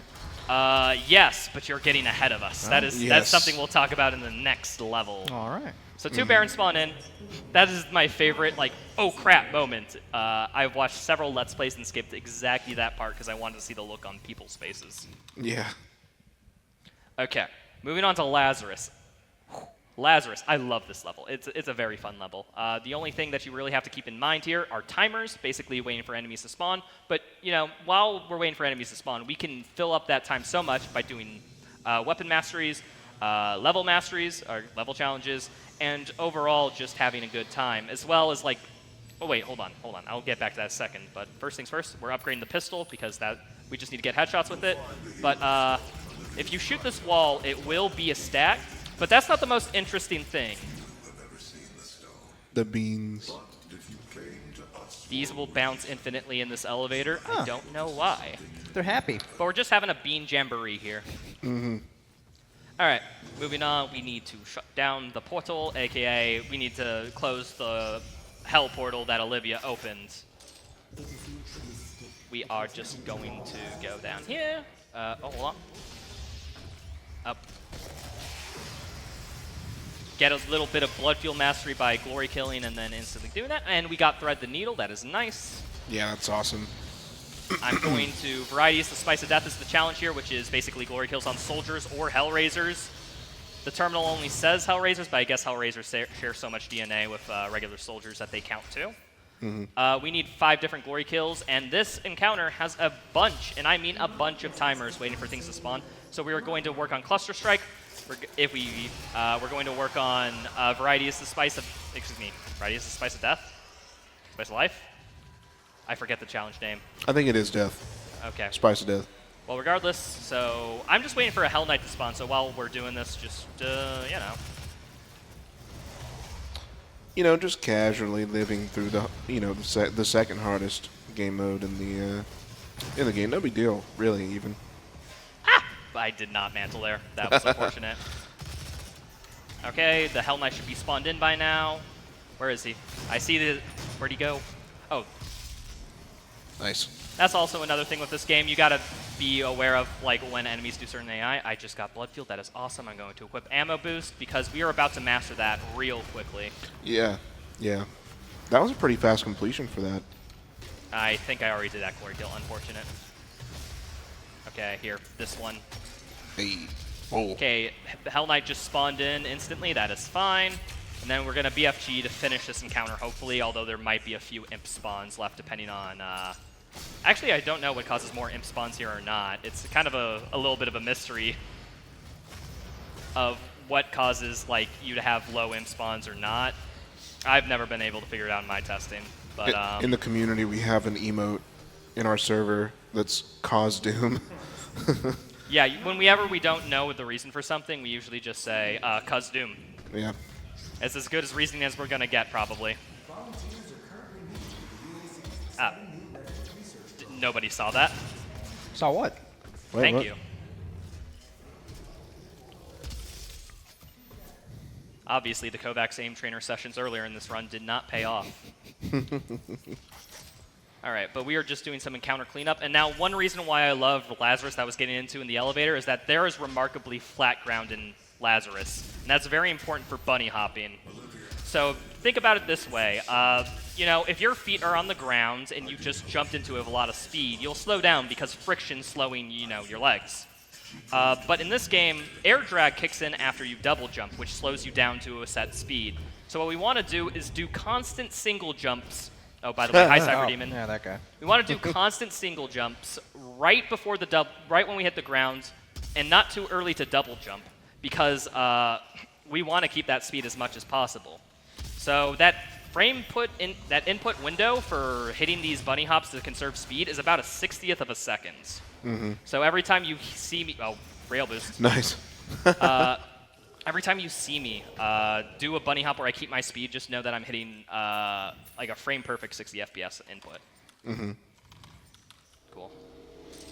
Also, one thing we should probably note is that we bind jump to scroll, and it actually allows you to stack jump inputs, and there's a certain level of a certain thickness above the ground. Yeah, where you can get a higher jump. It lets us make certain jumps that aren't otherwise possible. Yeah, think of it this way. If there's like a thickness above the ground that allows you to jump, if we bind jump to scroll, we are spamming so many jump inputs that we are guaranteeing we are at the top of that jumpable thickness plane. Which is why we all do that, because some strats are actually made possible because we just get that little extra bit of height. Yeah, which, funny enough, that was found out on accident as well, because a lot of people who run this game also play CSGO, and people who play CSGO bind jump to scroll. So, yeah, that was a happy coincidence. Yeah, and then we did the same thing in Eternal, and oh god. Oh god. For people who don't know what an Eternal any percent run looks at, binding jump to scroll kind of breaks that game open. Unfortunately, we could not have an Eternal any percent runner join us, but you can just search it on your own. It's pretty good run. I recommend it. Oh yeah. Getting more pistol headshots while everything's just getting more pistol headshots. All right. You can tell these zombies are not paid actors. Yeah, yeah. Am I a paid gamer chair? Am I a paid actor? Am I missing these? Wait, we're getting paid? Are the zombies paying me? Okay, we're gonna go into our next fight, which is there's quad damage in this arena. I don't need to explain anything else. That's the arena. Hooray! So we're just going to sit here with a high AoE rocket, just spamming it through every hallway. And believe it or not, things will just die because 4 times the damage. Close only counts in horseshoes and hand grenades, but they didn't mention about quad damage rockets. Okay, 1, 2, and then this guy is the last one. Get another tick because I saw his free zombie there. I think we're good. No, there's that guy alive. That's fine. I'll just hit this button in the meantime. And hopefully by the time I get out of here, this encounter is done? Question mark? Hopefully. Nope. One dude alive. It's fine. It's fine. He was the last dude, so we're all good. All right, now we're going to do something very silly. So normally you can't activate this button until this encounter is open, and there's this covering over the button to kind of show that, demonstrate that.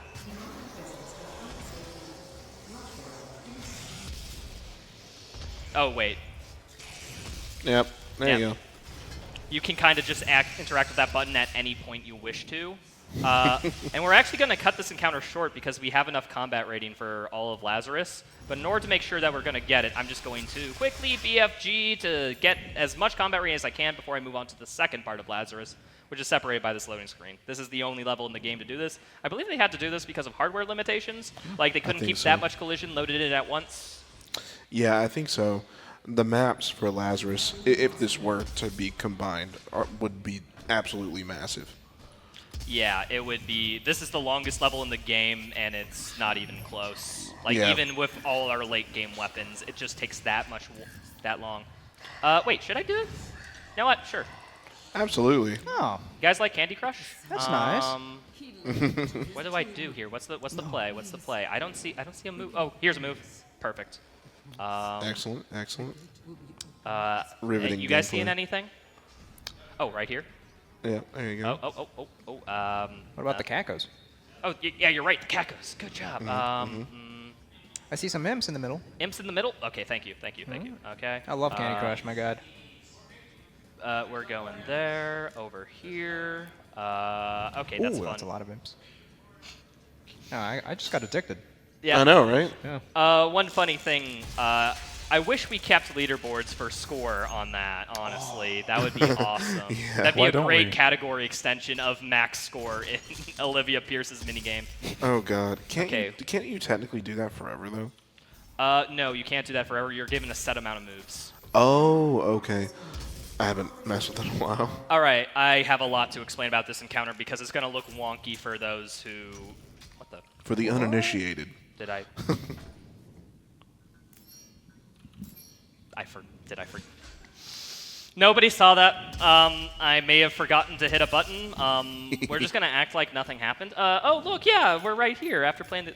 Gosh darn it. So Candy Crush is brain rot, noted. Yeah, you got the rush of dopamine from that you needed. We know you have your priorities straight. Candy Crush or Speedrun, that's all I'm Candy Crush, saying. obviously. Yeah. All right, so there are 3 different types of spawns in this game. There are set spawns where in every boot of the game they will spawn in exactly the same location. There are completely random spawns where there's just a set of like 8 or 10 or so spawns and an enemy will randomly spawn in each of those. This is the 3rd type of spawn, which is determined based on your positioning and line of sight.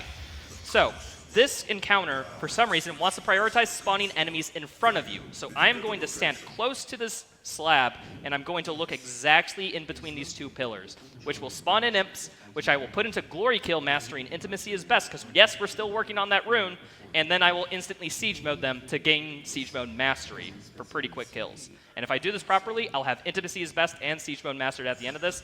I'm going to sure as heck hope. Oh, and also if you look somewhere else for too long, it ruins it. Yes. You can get yourself back, however, it is very difficult. We'll see what happens. I also have equipped Rich Get Richer, which is a rune that gives me infinite ammo if I am above 100 armor. And I just picked up a Mega Health, so I have 200 armor. So I have a little bit of leniency and infinite ammo to deal with this and keep up this spawn manipulation going. Let's see how we do. Okay, not bad. All right, we are good. Could you die? Thank you. Yes. I wasn't talking to you, obviously. Are you a demon? We lost the sauce a little bit. Hold on, I can save it. Oh, Oh, what are you doing? Oh. That's okay. It's okay. It's okay. It's okay. I'm saving it. I'm saving it. holy crap. I don't know how I'm saving it. I am. Oh, excellent. That was a really good save.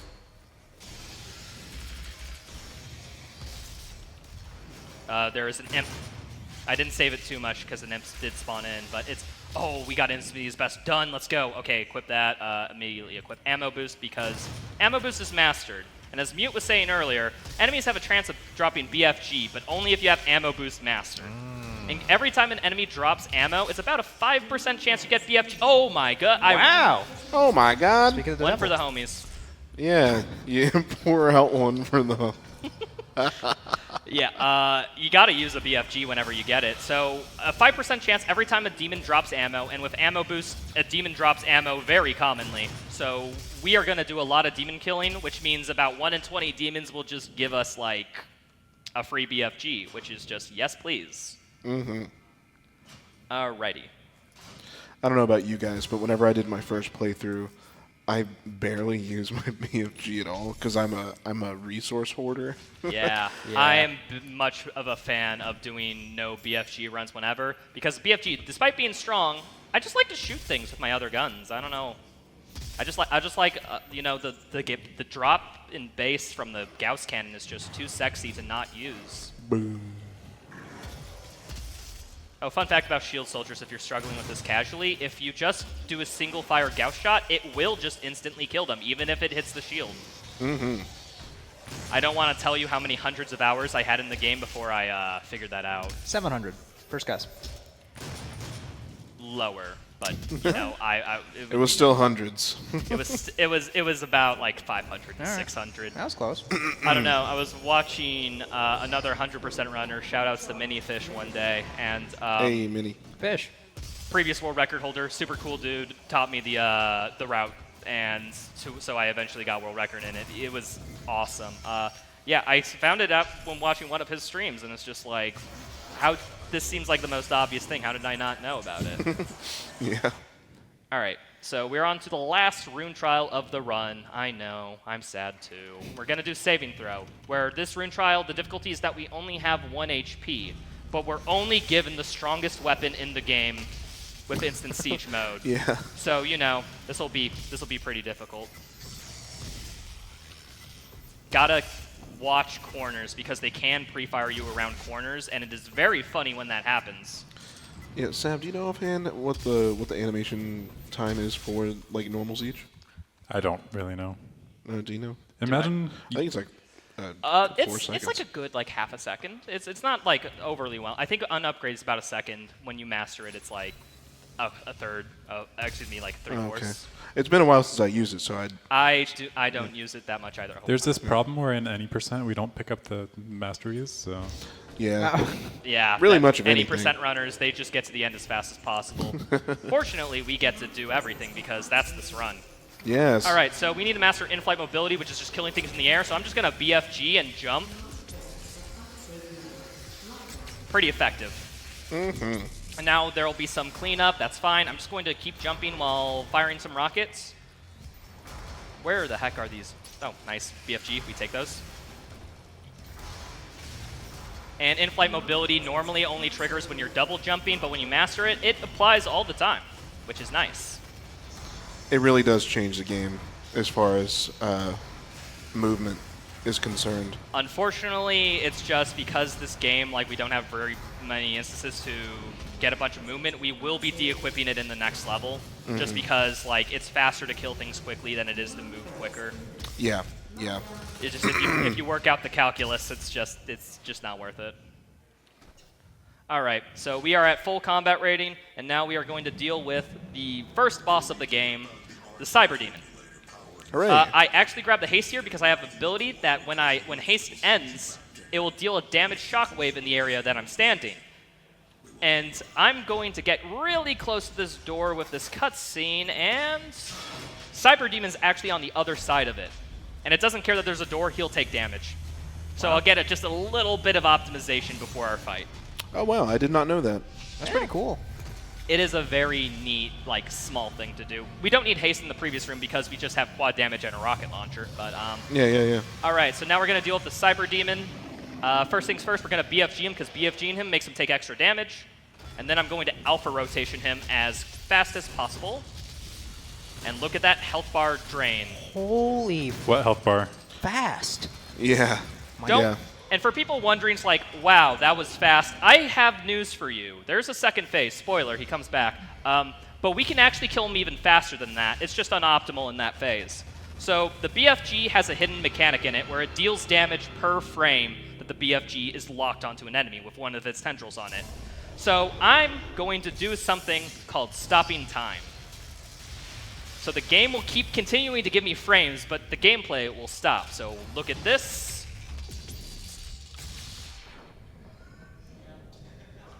And he's dead. That's ridiculous. In case you're Yep. wondering, if you wanted to do that legitly and do the first strat, that saves 2 seconds. Mm-hmm. He's a little bit of a joke either way because we are just so kitted out at this point. My Yeah. delicious seconds. Hey. There hasn't been a moment in history where 100% UN record was determined by seconds. But you know what? It could happen. True. There's a universe where it did. There is a universe. Oh, please, can we stop it with multiverse stuff? This got old after Endgame. Yeah. All right, moving on. We are back in hell because we have to obtain some ancient plot device to close the portal to hell. Yes, ancient. Yes, plot. Yes. Which you will see how exactly this thing is used if you watch Mute's run tomorrow. 100% UN, you'll see the Crucible in action when it's not just a relic that stops invasions. I don't even know the story to that one. I'm not gonna lie. The story to what? Doom Eternal. I have no idea what goes on in there. Okay, so man too angry to die, do you need more? Okay, that makes sense. I understand. He gets, like, powers from angels and then fights angels. I love Devil May Cry. Yeah. Okay, moving on, you'll see some of that air control movement here because these cramped hallways is one of the few areas it's actually useful to do that. I just got the level challenge, which was hitting 2 Lost Souls into each other with a rocket or explosion, and now we're just going to get into straight combat optimization from this point on. That's going to be the meat and potatoes from this point onwards in the run. It is straight combat gauntlet, combat gauntlet, combat gauntlet. Oh, BFG, taking that. Hey. Always take it when you see it. For free. Yeah, so we're moving on here. Gonna get Charge Burst, our last, well, second to last weapon mod we will get in the game. And now we are going to go into one of my favorite combats. First things first, Chainsaw Animation cancel, Cybermax spawns. I'm going to spawn cap him, a few rockets, SSGs. And then this guy, Mancubus, there should be a Rev. There's a couple imps. Okay, they hung around, that's not fine. Hell Knight up here. He was hiding under the stairs, how dare. Rev, 2 imps. Pinkies, I'm actually going to shoot the wall behind him so that both explosions hit him. Same thing with there. And we are done. And now we are on to this, and I take the haste power up from that room and move it into this room, because that room you can quite easily insta-kill. And look, quad damage. So now I got haste plus quad damage. So I'm firing faster while also doing 4 times the damage, which means I'm doing equivalent to about 6 times the DPS, somewhere in that ballpark. So I'm just going to keep spam firing rockets and kill things. Here. Okay. So haste wore off, that's fine, because quad damage is good enough for our purposes. 1 Cybermech down there. There will be an imp spawning over there. 1 imp will spawn over there. And we are fine. Baron spawn in. Glory kill challenge is killing a Baron from above, so I'm going to bam, get him.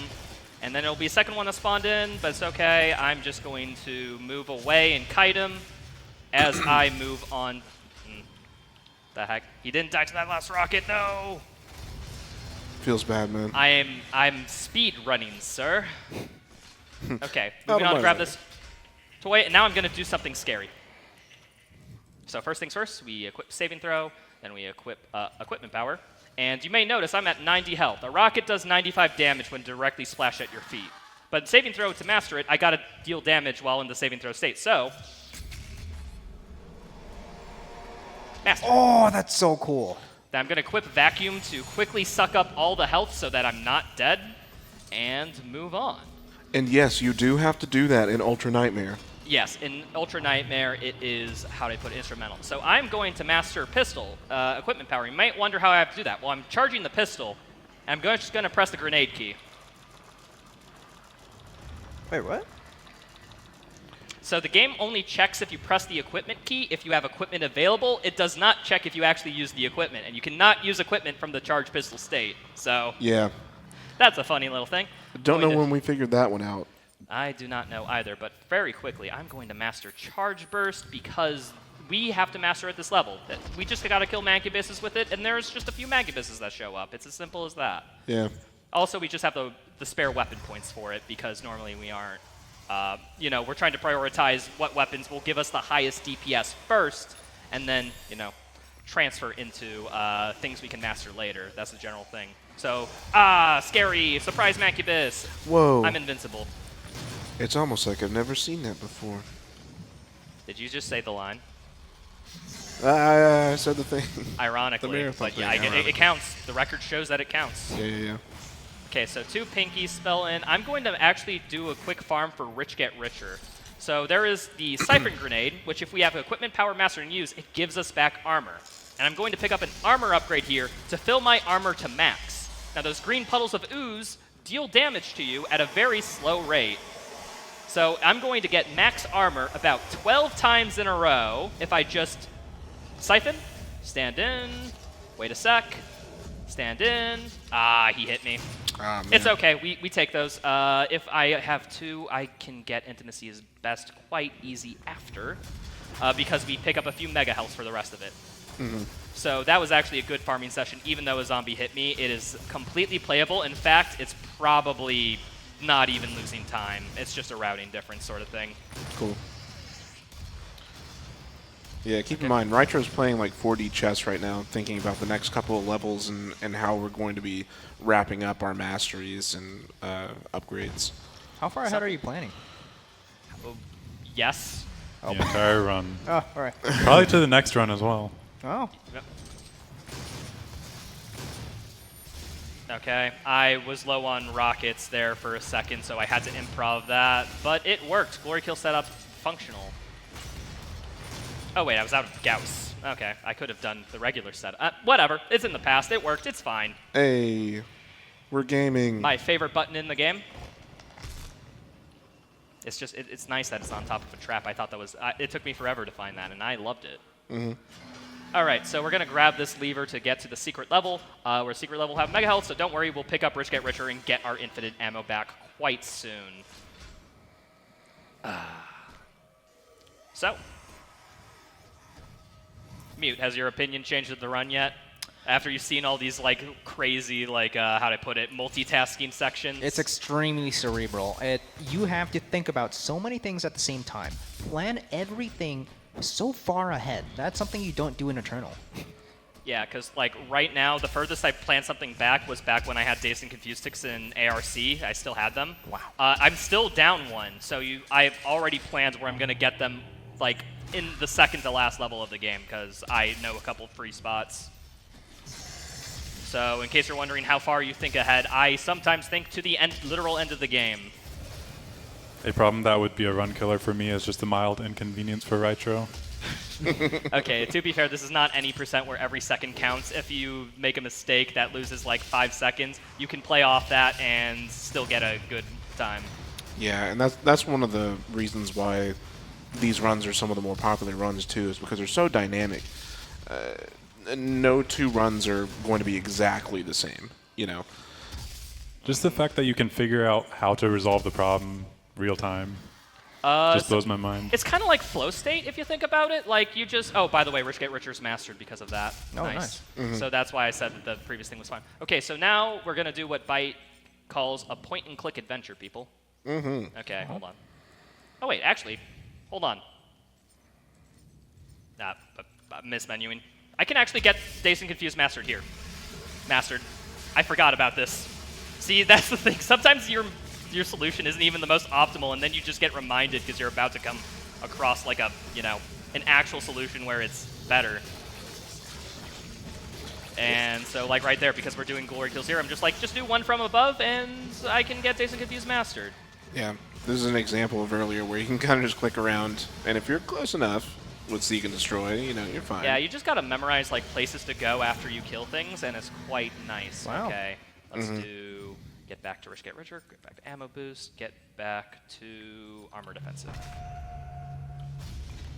We are 1 tick away from Seek and Destroyed, which I didn't account for. That one I can get in Vega, which is the second to last level. Yeah. So don't worry, that routing still like, you know, help me out because like when I'm down on another challenge, oh, I can just use that same spot but just for a different purpose. Okay, moving on, we are into the Necropolis. This is the third to final level in the game, and we need to get the Crucible. And this just has a lot of combat, and I don't know, it's good combat. It's super fun. With that, Samuel can continue his work. Yes, supposedly. He can save Earth. He'll totally save Earth. Do not look at the plot events of Doom Eternal. Nope. So there's a challenge in this level where you have to kill things with a barrel. That does not count if an imp destroys that barrel. You have to. So that imp actually kind of, that's a run killer, honestly. That was quite the meme. That is 5 ticks to this challenge. You need 10, and if you don't get 5 here, you will be strained to get them for the rest of the level. So it's just best just to load checkpoint so I can showcase it and then move on. I do find it amusing that the imps are more of a threat to a run than the Cyberdemon. Yeah. For real. We use him for a challenge right there. All right, moving on into here. We're going to do another. I spawned a hologram, which is an equipment in this game that distracts enemies, to lure these zombies out so I can, bam, get another for it. And now we're on to a Cybermac. All right, I should probably swap off a triple shot. I have that mastered. And then we just have, wait for it, mastered. There we go. All right, so now we need to get the last and final level challenge, which is 2 Kakos, 1 shot. Perfect. And then I'm going to take this opportunity to upgrade the stun bomb because we need to start working on that mastery. So I'm going to farm the last tick of mobile turret because there's just a bunch of zombies here. And now we will continue with the whole level, which is basically, in case you're wondering, a play-by-play breakdown. It's siege mode, then it's... Hold on. Then it's siege mode, and then it's siege mode. Yeah, Siege siege mode? mode is busted. Siege mode strong. Oh, BFG. Oh, yeah. Got it. Always got to take a BFG when you see it. All right, and we are grabbing this lever in the secret level, and we are on to the second pathway. You can choose which path you want to go first, yellow or purple. We choose this specifically because it's just a good refresh point for Rich Get Richer. It's nice just to have all that armor to basically get more infinite ammo, because infinite ammo means more things dead. More things dead means more speed. Means more good. More speed means a world record. Oh, for people wondering about the Dark Ages, Demonic Voice is telling the story of that during these scenes, which is kind of a fun thing. Oh.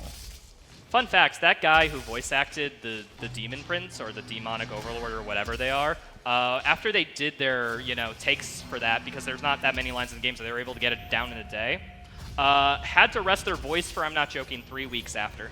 Wow. Really? Because it strained that voice too much because he did like such a bassy, growly thing. That's awesome. So voice actors take their job seriously, people. I mean, not awesome that he was down for the count, but It's awesome that it's he a good would line. dedicate that much effort to his craft, you know?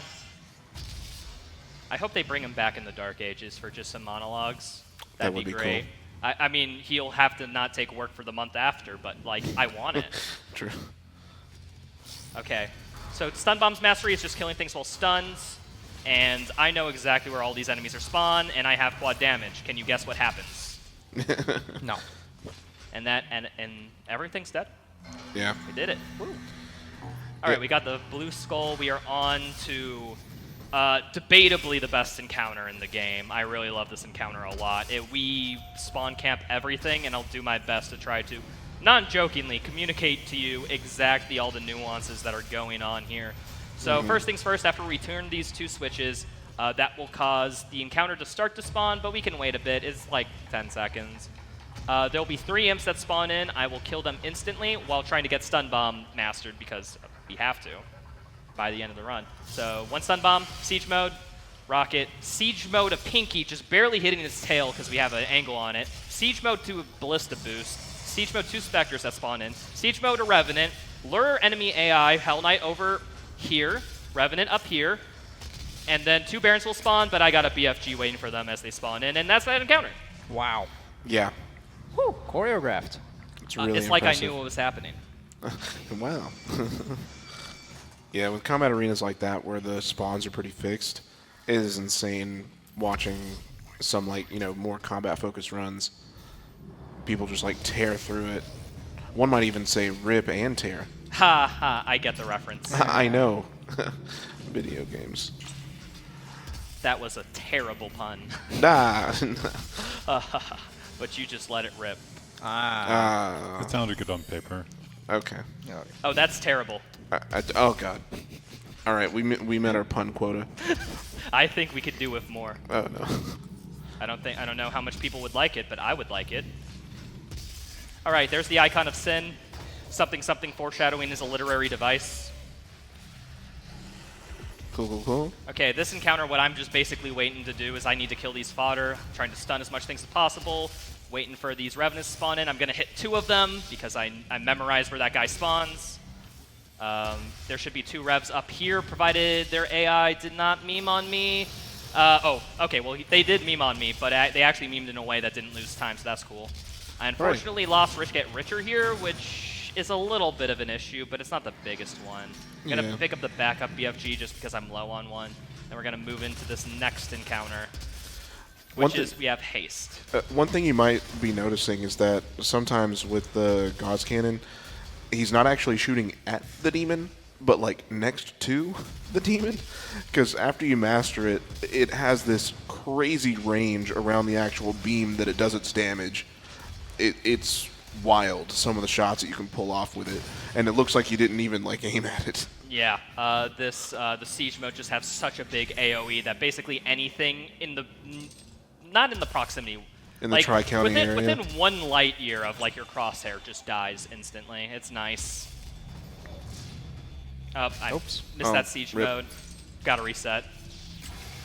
All right, we BFG this fight specifically because it hits enemies that are spawning in from out of bounds so that we can just instantly clear. So I'm going to actually grab all this armor to get back rich, get richer, and we're going to deal with our second boss fight of the run, the Hell Gods.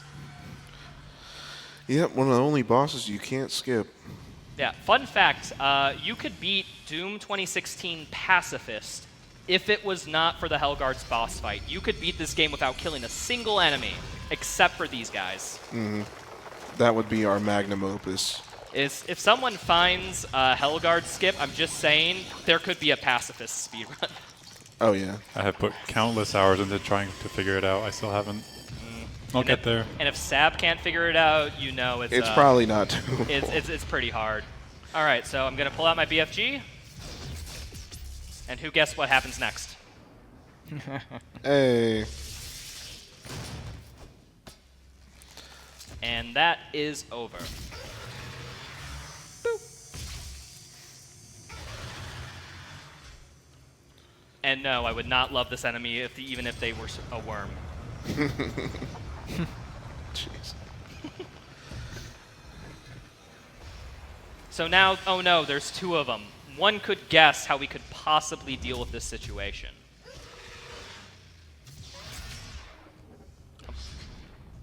Okay. Lost the trail on one of them. That's fine. I'll just take an extra second or 2. They do use shared health. So Yes. Oh, they share health. They do. Oh. So yeah, lining up a siege mode right there is just a lot of damage because it's 2 high burst damage things on on effectively one enemy. All right. Hi. Trying to hit me out of a glory kill animation? That's unfair, dude. Yeah. You won't worm your way out of this one. Yeah, you can actually get it to where both of those guys die on the same frame, and you can do the first animation, the first glory kill animation, twice, which actually saves a few seconds, which is pretty cool. So right there, I equipped Seek and Destroy because I'm 1 mastery tick still down on completing that, and I got a spot for it in the next level that I want to, you know, make sure I don't forget, so might as well do it now. Goodbye, green ghosts. And now we are on to a winter wonderlands called Vega, where we need to go back into hell because we got the thing that can stop the demonic invasion, but we weren't at the place where the demonic invasion was. So we gotta blow another portal into hell in order to close every portal to hell. How many times do you go back into hell? 3 separate times 3 in this times? run. Yeah. You know, just have to destroy a multi-billion-dollar technological complex. No big deal. You know, the best AI ever made that needs to literally be stored in the ice caps of Mars or else it will overheat. All right, but Vega is actually one of the harder levels in the run, believe it or not. We're gonna do our last out of bounds of the run in this level. To grab a secret level because there's just so much backtracking for it. It's faster to just grab it from out of bounds than to do all that backtracking. But first things first, we have to do the level challenge, which is getting glory kills on imps. So I will, from above again, but from a different direction, so it counts. Left, right, where's this last one? It's up there, I'm gonna, nope, got it. I got this now. Perfect, and we get all glory kills for the challenge, which reminds me I'm going to unequip this and get back ammo boost. So I'm going to do another paperclip, which is if I just smudge in about right here. It's actually one of the most awkward paperclips in the run. We actually have to paperclip twice, once to get into collision, then once to get through another collision behind that collision. Oh. Okay, we are out. I'm going to boost over the entire map. Don't mind how many death planes there are. There's a lot. I'm going to grab the secret level from out of bounds. Be careful not to fall in. Perfect. Now I need to parkour up. Oh. Almost. Nice. Almost. You won't get me this time out of bounds. Now I'm going to go up, and now because this is the first arena of the level, and because I triggered it from out of bounds, don't ask me why, it spawns in both encounters that are supposed to take place here, when normally you're supposed to fight them one at a time. So we actually make the fight harder by doing that out of bounds. But luckily there's invincibility, and we have a big freaking gun, as I've heard it's abbreviated as. Okay, and we're good there, good there. I think we are fine. I don't need to BFG, but I do need to kill some Mancubus over here. It's always a Mancubus. Oh, hi, there. Hi buddy. Want a hug? And with that, I believe the encounter is over because the music stopped, and we can continue on with the rest of the level. So, so I'm going to quickly deal with these pinkies here, but we're actually going to do one of the hardest level challenges in the run, which is kill 3 enemies with 1 frag grenade. Which, why is that the hardest one? Well, this game is has a, oh, I did not have ammo there, I should have checked. This game has a little wonky thing with what it counts as an explosion kill, so in order to, some people do setup, some people like to damage a little enemy first to get it. Me, what I like doing is I like unequipping ammo boost and get equipment power, which increases the damage and radius of the grenade. Throw it here, and bam. Nice. Get that. That is good stuff. That is the most optimal place to get it. If you try to get it in any other place of the level, you will lose major time. It's a bad time. Yeah. It is a very bad the time. The grenades are really janky. I can't tell you how many runs I've lost to not getting that mastery. It is actually a lot. The door. Why'd you have to do this? Beautiful Hi, Revenant. door. Bye, Revenant. Oh. He just fell over. I love it, dude. He's taking a nap. Dude was so surprised. All right. Gonna grab this toy, and now we are on our way out of here. Looks like we got all our challenges. This is nice. Now we're gonna go into the famous filter fight, which this fight basically is like once you destroy a filter, it spawns in a wave of enemies. That's kind of the gimmick, so you kind of want to destroy one at a time, fight them off, then go to the next one, at least casually. But that's slow. So what I'm going to do is destroy this one instantly, wait a second for that summoner, send a BFG over towards that filter to kill all the enemies on the way to destroying it, wait a second for some things to spawn in, another BFG over there, and that filter's done. And now they're all down. Oh. Whoa, nice rail boost. boost. Wow. Totally intentional. Yeah. Yeah, that's the strat that comes in for later. Definitely wasn't me accidentally landing on a rail. So here you do a rail boost to do nothing. You can. You can sometimes just rail boost because it's fun. Yeah, exactly. Yeah. I have an extra BFG. I'm just going to fire it just in case. I do have enough combat rating, and I'm going to skip over this door by you can just boost towards the ground. Suddenly you're good. Now we're getting to the train fight. The train fight is the longest and probably hardest fight in the game if you're just doing it without BFG or casually. We have 3 BFG, and we have a 5% chance of whenever we kill an enemy that they drop BFG, and there's 3 BFG pickups in this arena. So I don't think they stood a chance, Chief. Let's just say we like the BFG a lot. Yeah. It's a big, fun gun. Yeah, definitely don't be a loot hoarder in this game. They give you so much BFG ammo because they want you to use it. This game will punish you for hoarding. Actually, not hoarding all the time. Also hoarding. It just punishes you. That's a good way Well, to put that's it. true. Yep. Yeah. The game is just punishing. I think that's actually it was a good encounter, although I will have to grab this because I didn't get good on BFG luck. But I don't have to grab the backup, so that's nice. Actually, we skipped picking up BFG. Oh no! I saw a pickup and it disappeared. Ah, man. So sad. Oh. If I had a quicker react time, I could have had it. All right, people. Now we are on to onto the last level of the game, Argent Tower. But before all that happens, we have the final rail boost in the run, and it's a good one. This is something that we call vegan skip. What I'm going to do is line up on this specific cross scratch in the floor, line up right beneath this light, and I'm going to buffer a rail boost. Whee! Yeah, that's a fun one. And we skip a whole elevator. In case you're wondering, that saves 15 seconds. That's ridiculous. Although I did lie, because there is one more rail boost if I nail. Whee!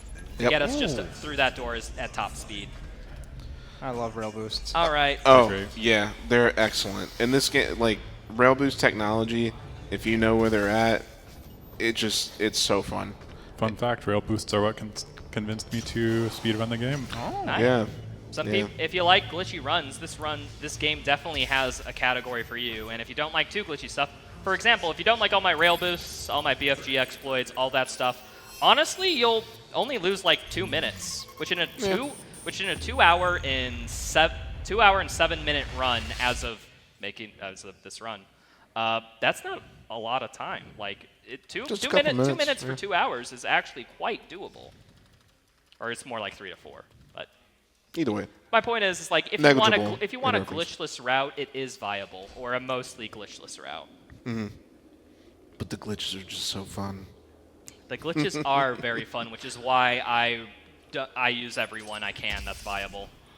Absolutely. All right, time to close the well, but before we do that, we have so many weapons to master, and I got to do all of them by the end of this level. First things first, getting all my upgrades that I didn't get, and I got 1 weapon point. That's a good sign. That means I haven't missed anything.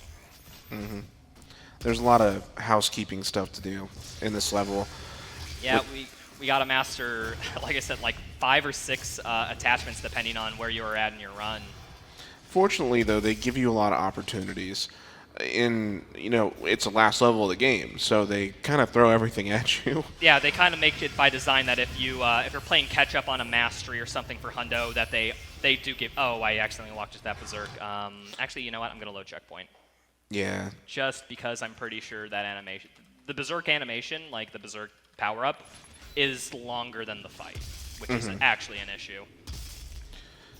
Yeah, which if you didn't know as well, every time that you're in like berserk glory kill animation, it pauses the berserk timer. So if you use it, it kind of like real time lasts longer. Which is funny, because it isn't the same case in Doom Eternal. Cough, cough, watch the Doom Eternal run tomorrow. There are some interesting exceptions to that rule. So right here, what I'm doing is I'm basically biding time. We are a little strapped for combat rating, so I'm actually letting that summoner spawn in a wave or 2 while I'm just farming mastery on these Hell Knights. So now that we got that, just going to send a BFG across the encounter, killing everything the summoner spawned in. Oh, except that imp that was hiding around the corner waiting for me. And BFG. Oh, hey, look. Wow, for free. Hey. This is what I mean. Ammo boost is a little, how do we put it, busted in some aspects. Yes. And if everything was right, that should be the encounter, unless an imp is spawned in or something. It's always an imp. I don't think any. Sometimes this encounter just takes a while to end. I don't know. I think it's like a music thing where it has to wait to a certain break in the music in order to, transfer to the next ambient track or whatever. I'm actually not sure. With music this good, it's worth listening to. It is true. It is good, even if it's slow. I think everyone can agree that the music is good, but you don't need me to tell you that. You got your ears. True. All right, so we're going to master 2 things right off the bat. Micro missiles. Okay. Oh. It's fine. I can take a little bit of damage. Just stick 4 things at once. Gatling, rotator, kill 5 things in quick succession. And now you might ask yourself, is that the same difficulty as getting 30 double kills with the super shotgun? No, but there's some easy ones. Oh, by the way, leap of faith. Ooh, nice, did it. dude. Oh, man. You cannot see it, but I just squeezed between 2 death planes. There were 2 death planes, and he was over a void, so you have to jump at the exact right level of units to not splat there. It's really tight. It is not difficult, but if you make one mistake, tight. You will die, and yeah. I'll put it this way, it does not look easy, and it's harder than it looks. All right, so, oh my goodness, quad damage BFG people. That's that encounter. Yeah. We can actually grab this from out of bounds, or not out of bounds, from the other side of it, which really helps when there's a boost pad right there. There was actually a brief time where we grabbed one of these from from behind in any percent. It was really funny. I remember that. But to lower your FPS, right? Yeah, you had to lower your FPS to 10 FPS so you could do an extended button grab on it. One thing you'll see as a trend with like every Doom game is that there are some frame rate dependencies with like every single one, and one of those is like if you lower your FPS, you can grab objects from further away. Yeah, for some reason, whenever you use a weapon mod, it actually moves your character for like a frame further away from your actual physical location, so you can grab buttons from way further away while you use the weapon mod. So if you lower your frames to 10 frames per second, you can actually manage to press your weapon mod, get the extension, and press the interact key at the same time. Okay, those Hell Knight spawns were so good to me. Like they, Yeah, I saw that. I could see them from every position. One thing to note, I am still working on chain stun mastery, so every time I BFG, I am making sure to stun something so I just get a free. Oh my! Wow. This is marathon luck. Like Wow, dude. Wow. Okay, scripted. I call bullshit. Something is not right here. They hacked the game. I think I need an astrophysicist to disprove this BFG luck.